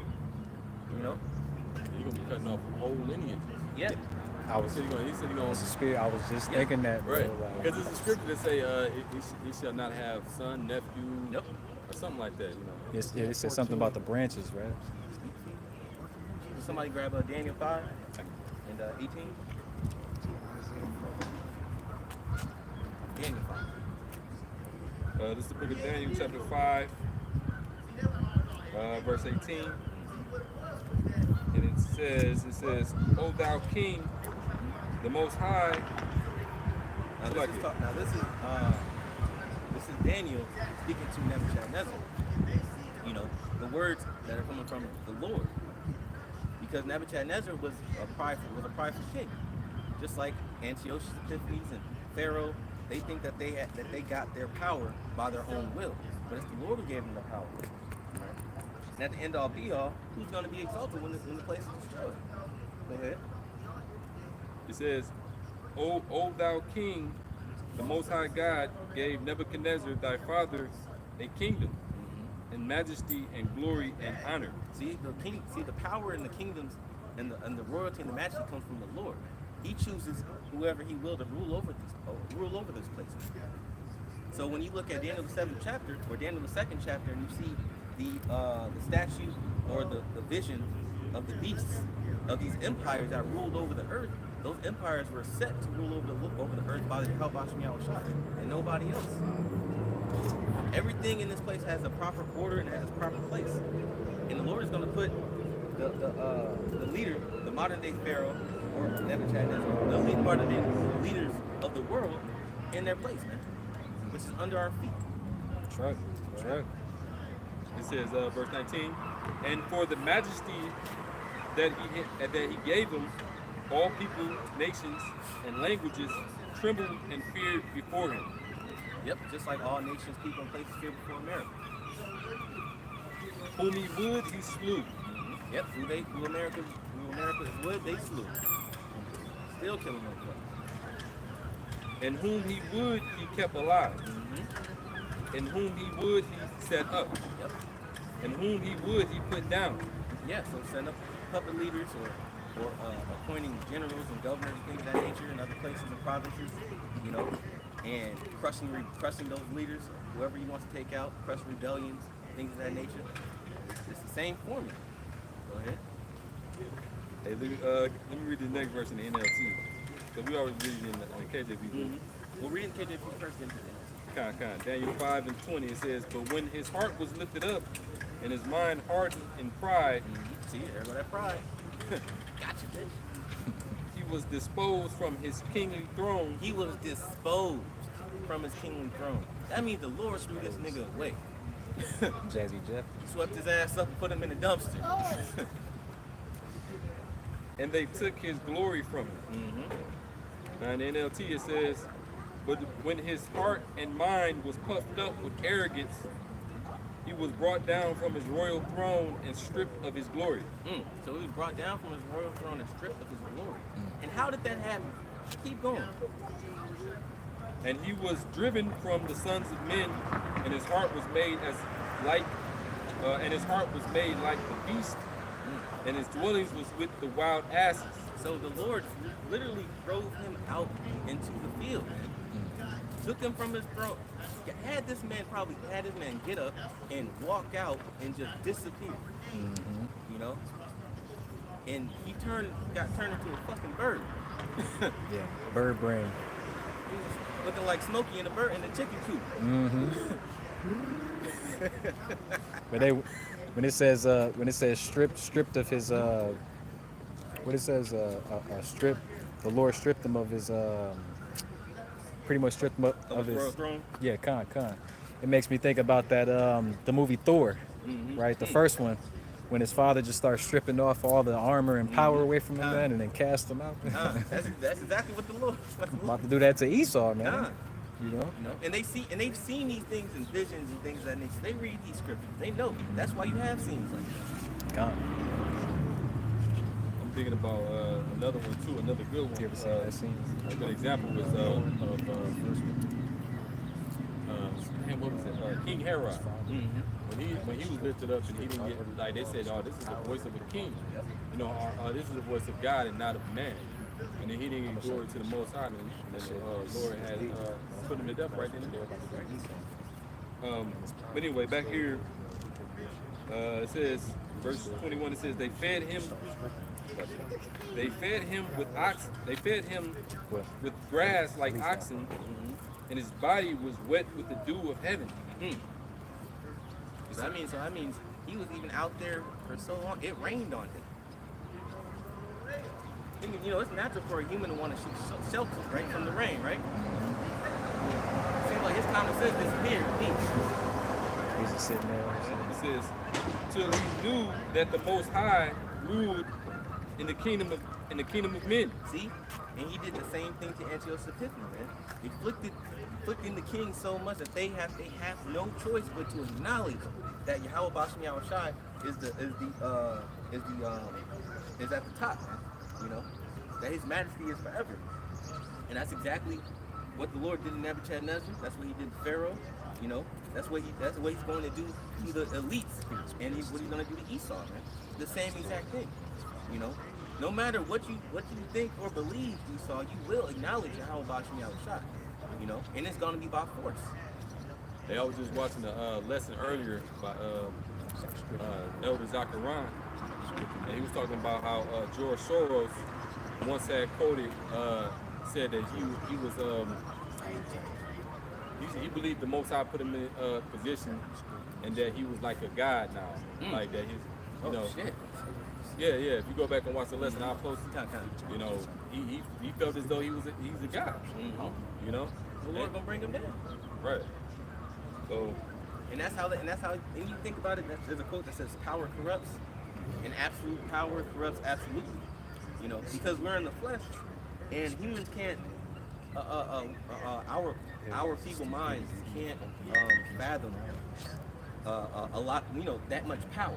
You know what I'm saying? And it starts to corrupt you. You start doing things of wickedness. You start being arrogant and prideful, and you start becoming a shell of your former self. You know.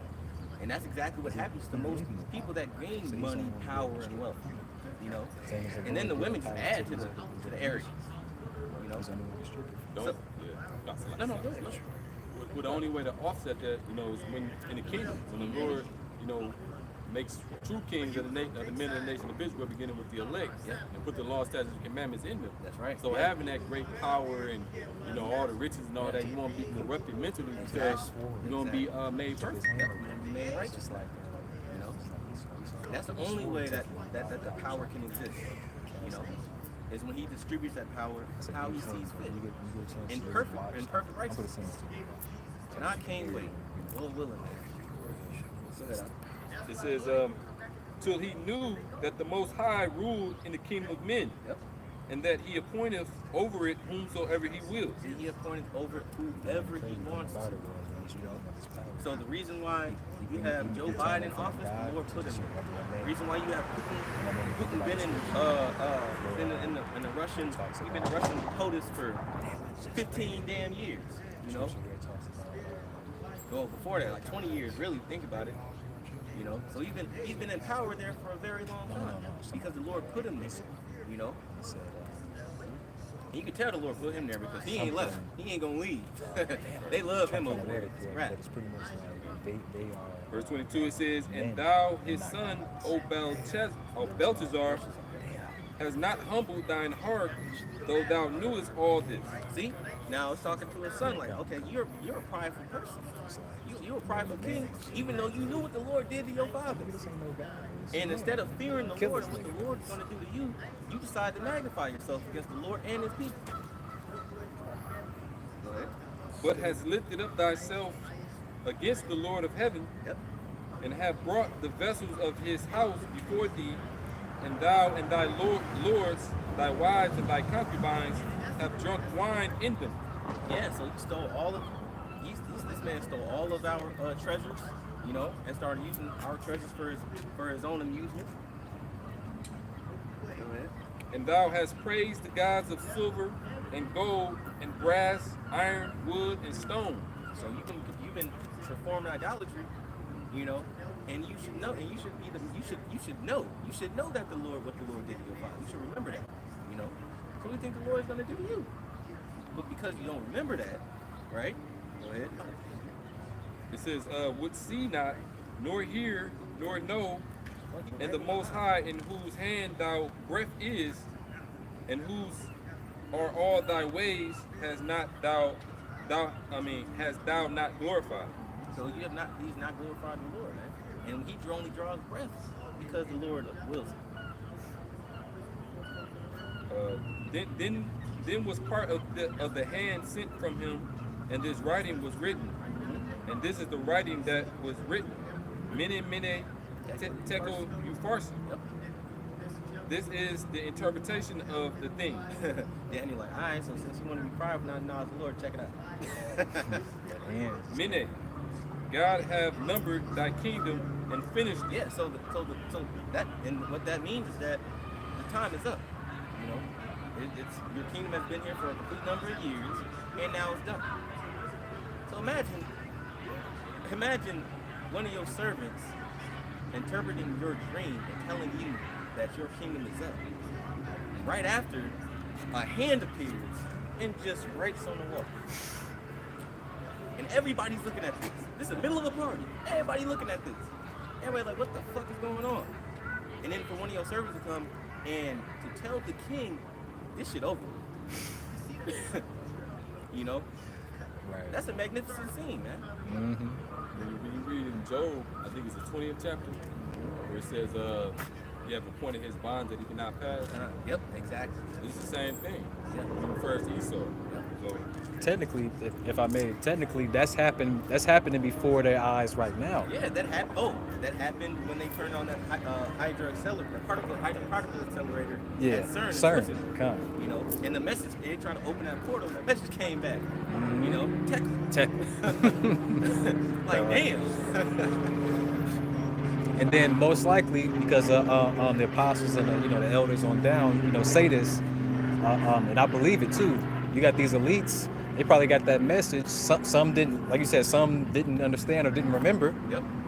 And they were watching the men of the Lord, man. On these live streams, man, and these And I'm videos. pretty sure they've got these messages in their dreams, in their sleep. You know, they lose the sleep over this. Come. They lose the sleep over this. No doubt about it. You know? verse 27, it says, Tekel, thou art weighed in the balance and found wanting. Yeah, weighed in the balance and found wanting. You found lacking on something. You know, I put you in a scale, and I don't know, your side of the scale kind of heavy. You know, kind of heavy. Like you got a lot of sins there. You know, you're missing some righteousness. You know, you're missing belief in the Lord. Okay, so your kingdom is over with. Reason being, because you've been found wanting. Go ahead. Oh, that's, hey, when you think about it, it said, weighed in the balance and found wanting.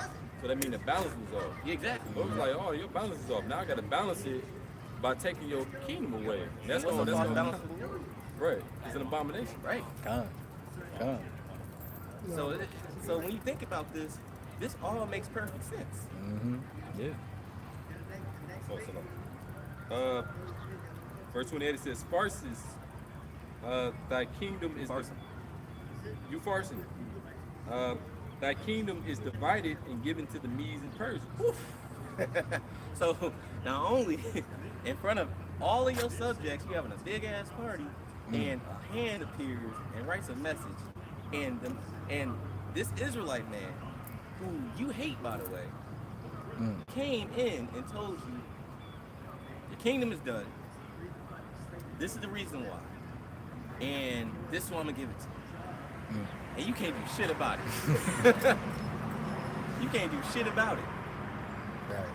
Matter of fact, right after that, you're taken out. Man, the Lord works swift, you know. And everybody thinks that the Lord, he tarries and he's procrastinating and you know, these things aren't gonna happen in your lifetime. But when the Lord decides to go, it's gonna be swift. You know? Go ahead. Verse 29, it says, verse 29, then commanded Belteshazzar, and they clothed Daniel with scarlet and put a chain of gold about his neck and made a proclamation concerning him that he should be the third ruler in the kingdom.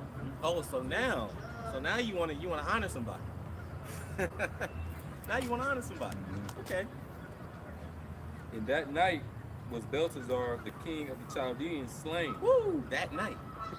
I told you, look, see, the Lord has been showing us that he works swiftly, he works quick. You know? Like I said, he told you that your kingdom is over, you can't do nothing about it. And then you can put to death that night. And the difference between the righteous is because, like, the Lord will give warning to a righteous man, you know. And so, he'll have grace, he'll have mercy. Mercy. Right, time to repent. Right?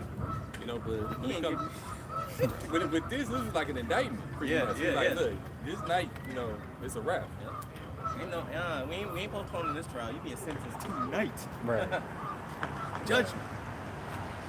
It says, verse 31, it says, and Darius, the Median, took the kingdom being about 3 and 2 years old. So, and you know, and like and that came to pass. He said it was going to be numbered and given to the Medes and Persians, and the Medes is what took him out. You know, and Cyrus the First became the, you know, Cyrus the First became the first king over the Persian Empire. But that's how swift judgment is going to come upon America and the rest of the world. You know, as much as we don't know how much time it'll apparently take.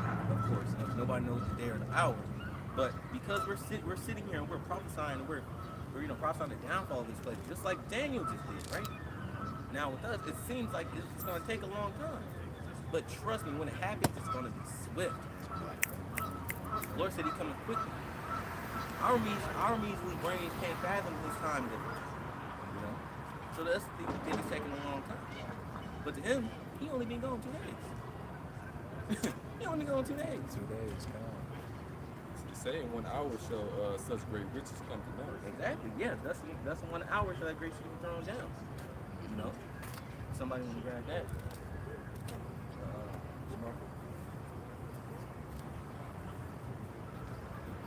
Yeah, come on.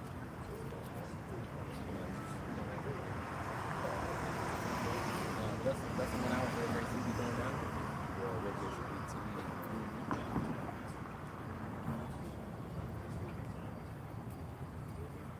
Revelation 18:10. Go ahead, read it. It's the book of Revelation. It's like chapter 18, and I'm starting at verse 9.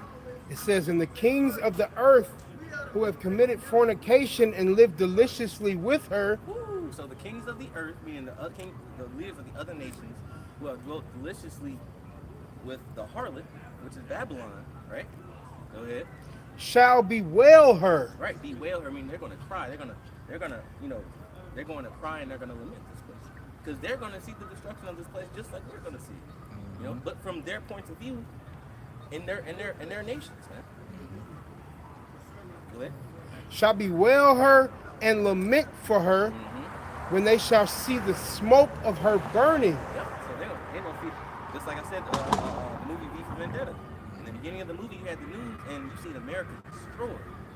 You know. Go ahead. Verse 10 says, "Standing afar off for the fear of her torment, saying, Alas, alas, that great city Babylon, that mighty city, for in 1 hour is thy judgment come." See, in 1 hour the judgment comes. That judgment, that's what I was keep referencing. The Lord, the scripture says the judgment of the Lord is swift. You know? And they're not gonna see it coming, man. You know? Verse 11, "And the merchants of the earth shall weep and mourn over her, for no man buyeth their merchandise anymore." You can't make no more money out of a company that's liquidated. You know, that's chapter 13 bankruptcy. You can't make no money out of it. It ain't got no money to give you. You know, it's got to sell off its assets just to make some money. You know, but it's still gonna go bankrupt, and that's exactly what America's doing. America's selling off its assets and going bankrupt. You can't make no more money. You know, and even the chance of making money out of this place is gonna be destroyed when this place is going to go up in smoke. You know. He had lost his job. He thought they just fired him, and he found out they fired everybody. I was like, Damn, you were to everybody. yeah.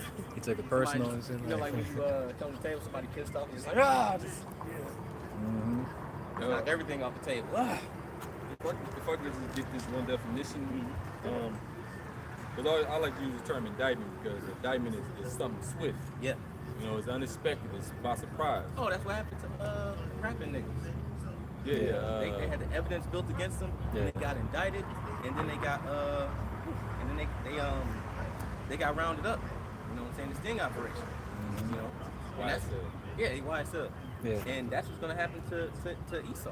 They said Young What's gonna happen Thug. to Babylon. It's like it. No, you go. They said that rapper Young Thug that you talking about. He said they came so early in the morning. The cops came in and took the Folgers crystals out of this man's hands, man. Took the coffee right out of his hands. Like, nope, yeah, let's go. You know, but it's like it. But that's what's gonna happen to Esau, man. When he about to finish his meal, you know, his the fulfillment of his new world order. Exactly. He gonna get indicted. Man. And then when you are apprehended, you think that you might get off. You're like, yeah, well, you know, I might get off. But you don't realize that. Not when you've been evidence, indicted. Right. You don't realize the amount of evidence you got compiled against. You got phone calls, you got all types of shit. Years worth of shit. They know you did this shit. They got proof. The Lord, They know you did that shit, nigga. Lord got proof. So Beyond it's the the same way limit with of doubt. God, It's the same way with the angels and watching Babylon. Watching Esau do his thing. But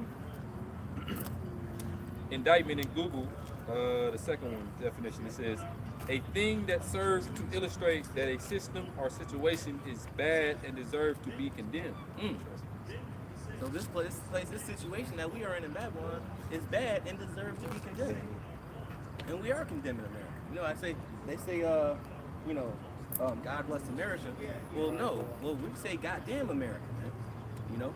Right. Goddamn America, yeah. And he described this, he read the scripture about America being damned to hell, man.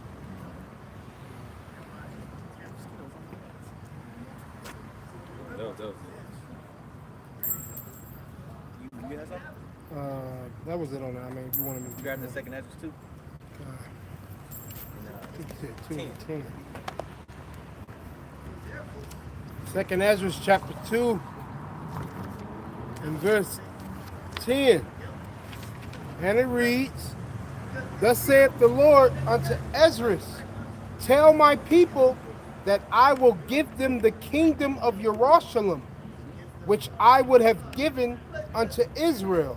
So yeah, and that's what we're here to do. So another part of teaching and prophesying is to not only render to teach the judgment, but to teach the good tidings and the good news. You know, and that good news is that the Lord He's going to give us a kingdom after it's all said and done. After this place is destroyed, this place goes up in smoke, and all of this hell being brought to fruition. What's else going to be brought to fruition is the kingdom of heaven. Go ahead, Verse 11.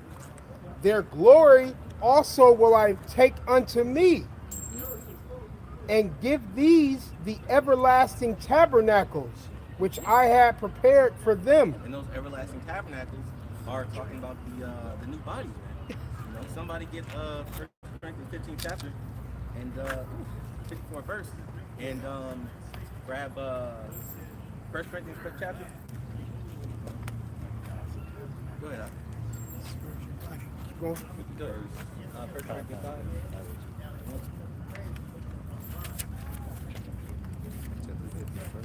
Slovakia. Did you want him to bring the 1 Corinthians out first? Or? Let me get the 1 Corinthians. Yep. I was gonna do the other one first.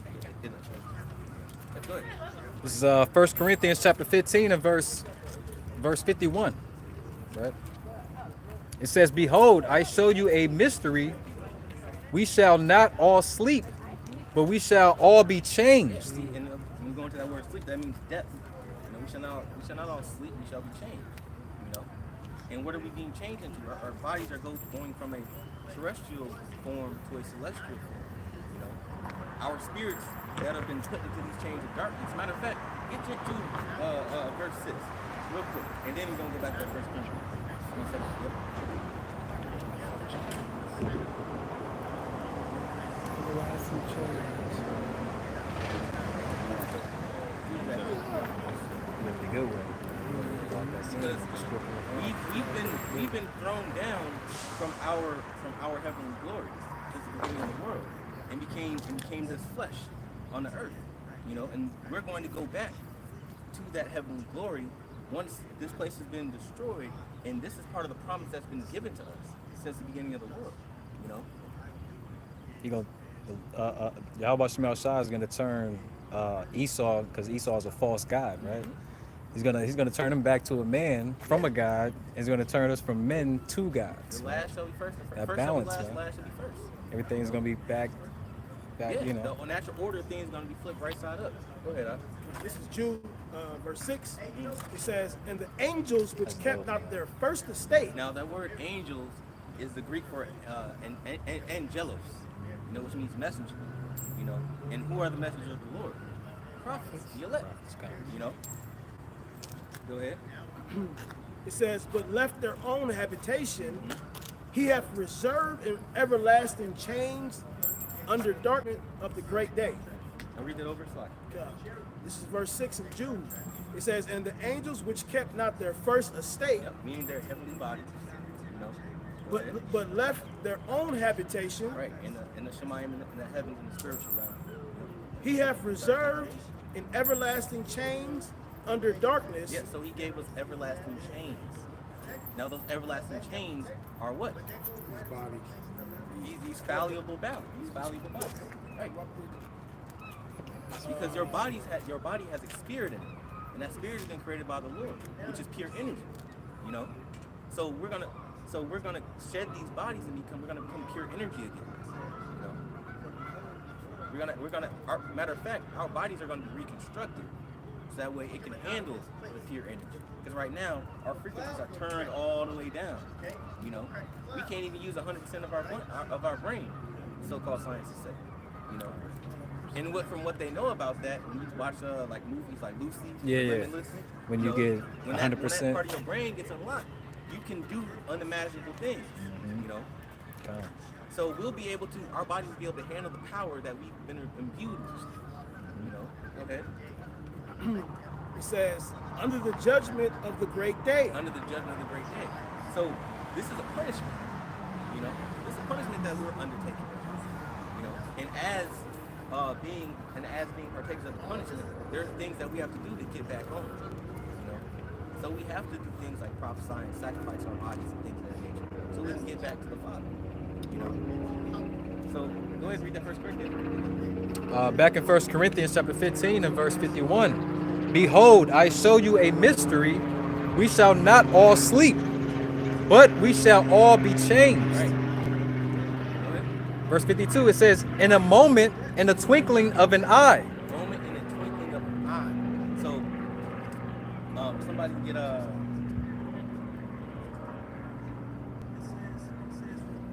Now I'm away. Go ahead. Yeah, moment in the twinkling of an eye. So it's not going to even take a second for our body to change. You know. Like you blink. Yeah, you know. faster than a blink. Even looking at it, like, what was that? And you know, nothing's faster than they say nothing's faster than the speed of light. You know. Well, I don't know. Right. The Lord's faster than the speed of light. Chariots. You know? But just like you flip on a light, you're gonna have a new body. We were just talking about that as far as these bodies can't even travel in the chariot. Yeah. Go. The scripture say, well, he's gonna read it, but the scripture says corruption cannot inherit incorruption. So we can't even go in the chariot without our bodies being changed. Yeah. Flesh and blood cannot inherit it. So and during the time when the elect is gonna get beamed up, man, it's gonna have to be in the twinkling of an eye. Right. You know what I mean? Because of all the destruction that's gonna be happening. Right. It said, Get pulled inside. yeah. Or you're gonna meet that body as you're going up in that chair. The body gonna be right there, and you shed this one, and then your spirit going to that. Because our bodies can't even handle over 100 degrees. Our bodies temperature rises above 100 degrees. You know, you start having seizures and all types of things. You know, hell, I can't even handle 80 degrees. I'll be hot. Pissed off. And then imagine being pulled up. And then imagine being like beamed up that fast. You know what I mean? You can't imagine it. Because like the body, yeah. Your body can't handle a certain altitude. Yeah. That too. Going in high up, That like too. God. And that fast? Yeah. God. You know? This is power that we read right now. Go ahead. It says, in a moment, in the twinkling of an eye, at the last trump. At the last trump. So as soon as, man, them missiles about to drop, the Lord is going to appear and we're going to be changed like nothing ever happened. Yeah. You know, looking through the sea of glass and watching these people get burned to death. Hey, I was a bit Jay. Oh shit. You're like, It's gonna be like infinite. You're gonna hear infinite screams, man. It's gonna be. It's that. Yeah. Yeah. Scripture said Israel shall be scarcely saved. Dang, I was actually you him. gonna hear the siren. You might hear that loud ass doomsday siren go off and shit. you gonna hear some of the nukes actually hitting Babylon, man. Exactly. Go ahead. To the ground. Come. It says, it's like in a moment, in the twinkling of an eye, at the last trump, for the trumpet shall sound, and the dead shall be raised incorruptible. Yes, he's the dead shall be raised incorruptible. You know, so you're going to have men that have actually been dead. You know, that have died in the truth, that are going to be raised up. You know, incorruptible. And you can't. And the world likes to say that that's impossible. That can't happen. But the Lord was raised incorruptible. You know, when the Lord died in the temple rent, the Lord brought men out of their graves, literally. You know what I'm saying? Yeah. That literally happened, and there's documented historical evidence that happened. You know, so it's nothing for the Lord to raise us up and to change our bodies, you know, into something incorruptible, because when those people got raised up from the dead, they were buried. Their bodies were decomposing. Yeah. So their bodies were changed. You know. So the Lord can do whatever the fuck He wants to, and it just happens that the Lord wants to eliminate this place and give us eternal life. That's right. You can't beat that, man. You can't beat that. You can't beat it. It says, and we shall be changed. For this corruptible must put on incorruption, and this mortal must put on immortality. Yeah. So and that means our minds too. So don't forget about the I don't even want to say it. Don't forget about the new covenant. You know. So our bodies and our minds and everything, the demon's gonna be released off. Everything is going to change in an instant. You know. And that new covenant is going to take effect immediately, you know? And our bodies are going to be able to handle the spiritual power and the energy and the life force coming directly from Yahweh Bashem Yahushua. And we're going to be able to be supermen, you know? Well, that's the marriage too. Yeah. You know? Exactly. That's gonna happen like that Yeah. too, like you just said. You know? That's right. That's the marriage.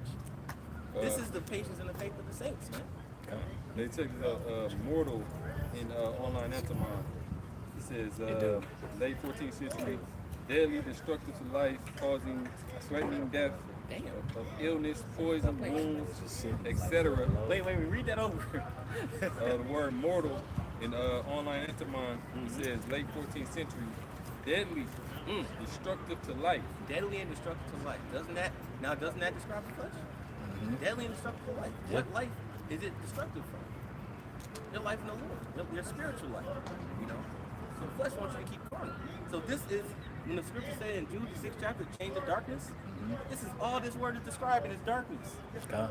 We mortals walking on the earth, right? God. This is bullshit. Yeah. God. It says causing or threatening death of illness, poisons, wounds, etc. Also of a person or the body doomed to die. Woo, a person or a body doomed to die. Because there's one thing for sure and two things for certain, right? That we're going to be born and we're going to die. Yeah. You know, in these bodies. You know, these bodies. Another thing, these bodies can't handle immortality. They can't handle living that long. Right. You know, that's why when you read Genesis 6th chapter, it says our days were cut short. You know, because the longer that these bodies are on the earth, the more time we have to be corrupted, you know, and to rebel against the Lord, you know. So the Lord cut our time short so He wouldn't see that, so He wouldn't have to witness that for our sakes, you know. And now, just like now, for our sakes, we're going to be changed, you know. And now when you look at the opposite of it, immortal, it says late 14th century, deathless. Deathless. Woo! Undying of gods. We ain't talking about no fucking vampires, Right. you know. We're talking about no fucking vampires and fucking demons. We're talking about everlasting life in the Yahweh Bashem Yahushua. Undying, deathless. It says undying of gods. Undying of gods. You know. Somebody get what's that Psalms 85 or 2? 18 and 5. What's it? No, 18 and 6. Because the next verse says we are gods. It's the book of Psalms, chapter 82, verse 6. It says, I have said ye are gods, and all of you are children of the Most High. See? We are gods, and all of us are children of the Most High. You know? So if our Father is the supreme being, the Most High Himself, now by lineage, by DNA, we have to be lesser gods. You know? with a little G. Like Yeah, with a little G. Like With they a said little in G, the- not a big G, little G. Guardians of the Galaxy, he said a little G. Yeah, son, little G. Little G. You know. But the thing is though, because thing is though, yeah, we are powers, we're gods, right? Because nothing can do with Israel if we want to explain it, right? Con. But because we decided to go the fuck off and folly and bullshit, guess what's gonna happen?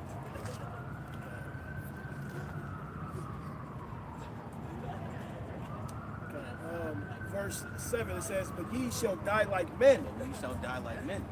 And the reason why we shall die like men is because we went on. But going back to that 1 Corinthians 15 chapter, that's all going to be fixed. You know? You still reading the mortal stuff? I'm in a point. And fall like one of the princes. They fall like one of the princes, man. You know? That's the point. Well, it was a little bit more. Okay, sure. It says, in reference to fame, it says, unceasing, destined to endure forever, never to be forgotten. Unceasing, never to be forgotten. You know? So when we are immortal, it's not saying that, you know, when you look at it, it's not that we won't be able to be forgotten, but the Lord won't be able to be forgotten. You know? And that's what 1 Corinthians 15 is explaining. You can go back to that. It's back in 1 Corinthians chapter 15 and verse 53. I'll read it again. It says, for this corruptible must put on incorruption, and this mortal must put on immortality. So when this corruptible shall have put on incorruption, and this mortal shall have put on immortality, then shall be brought to pass the saying that is written, death is swallowed up in victory. Right. See, death is swallowed up in victory. Now, you just read the word mortal, right? The word mortal means death, or causing to die. So that mortality is going to be swallowed up in the victory I will shine. We will be immortal. You know? So there will be no more death. Another tidbit to that is we won't go off and break the law. That's the commandments of the Lord, which bring death, because that's the judgment. You know? Our inward parts, the laws will be in our inward parts, so we won't go off anymore. That's going to be part of the victory. You know? Somebody get 2 Corinthians 5:1. Sin brings death. And sin is not broken. That earthly tabernacle is something that we are going to be that's being stored up for us in heavens.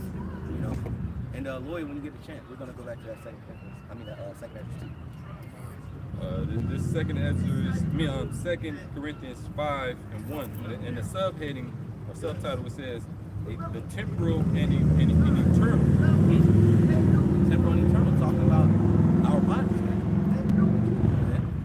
Verse 1 it says, for we know that if our earthly house of this tabernacle were dissolved, we have a body of the Most High, a house not made with hands, enduring in the heavens. Yeah, so Eternal in the heavens. eternal in the heavens. So when we die, we know that we have another body in the heavens, man, waiting on us. You know, that can't be corrupted. For this we groan. Yeah, we groan, meaning we cry and we wail, you know, and we sigh and we cry and we're sorrowful because we're still in these bodies. Okay? Especially when you sick and you got some ache and shit, like Yeah. you gonna just groan, like your soul gonna groan. Mm-hmm. You know, and you just start, and these scriptures you're gonna be reflecting like, man, I can't just wait, Yeah. to change. As we were talking, like you were talking about the infirmities and stuff the other day in the chat. Good. It says, verse 2, for this we groan, earnestly desiring to be clothed upon with the house which is from heaven. Yeah. So we want to be clothed in that heavenly house, which is our heavenly body. You know, that celestial body. Go ahead. If so be that being clothed, we shall not be found naked. Mm-hmm. Yeah, meaning in shame. Because while we're in these bodies, we're in shame, man. Because we can't stop going up. For we know that in this tabernacle, this tabernacle do groan, being burdened, not for that we would not,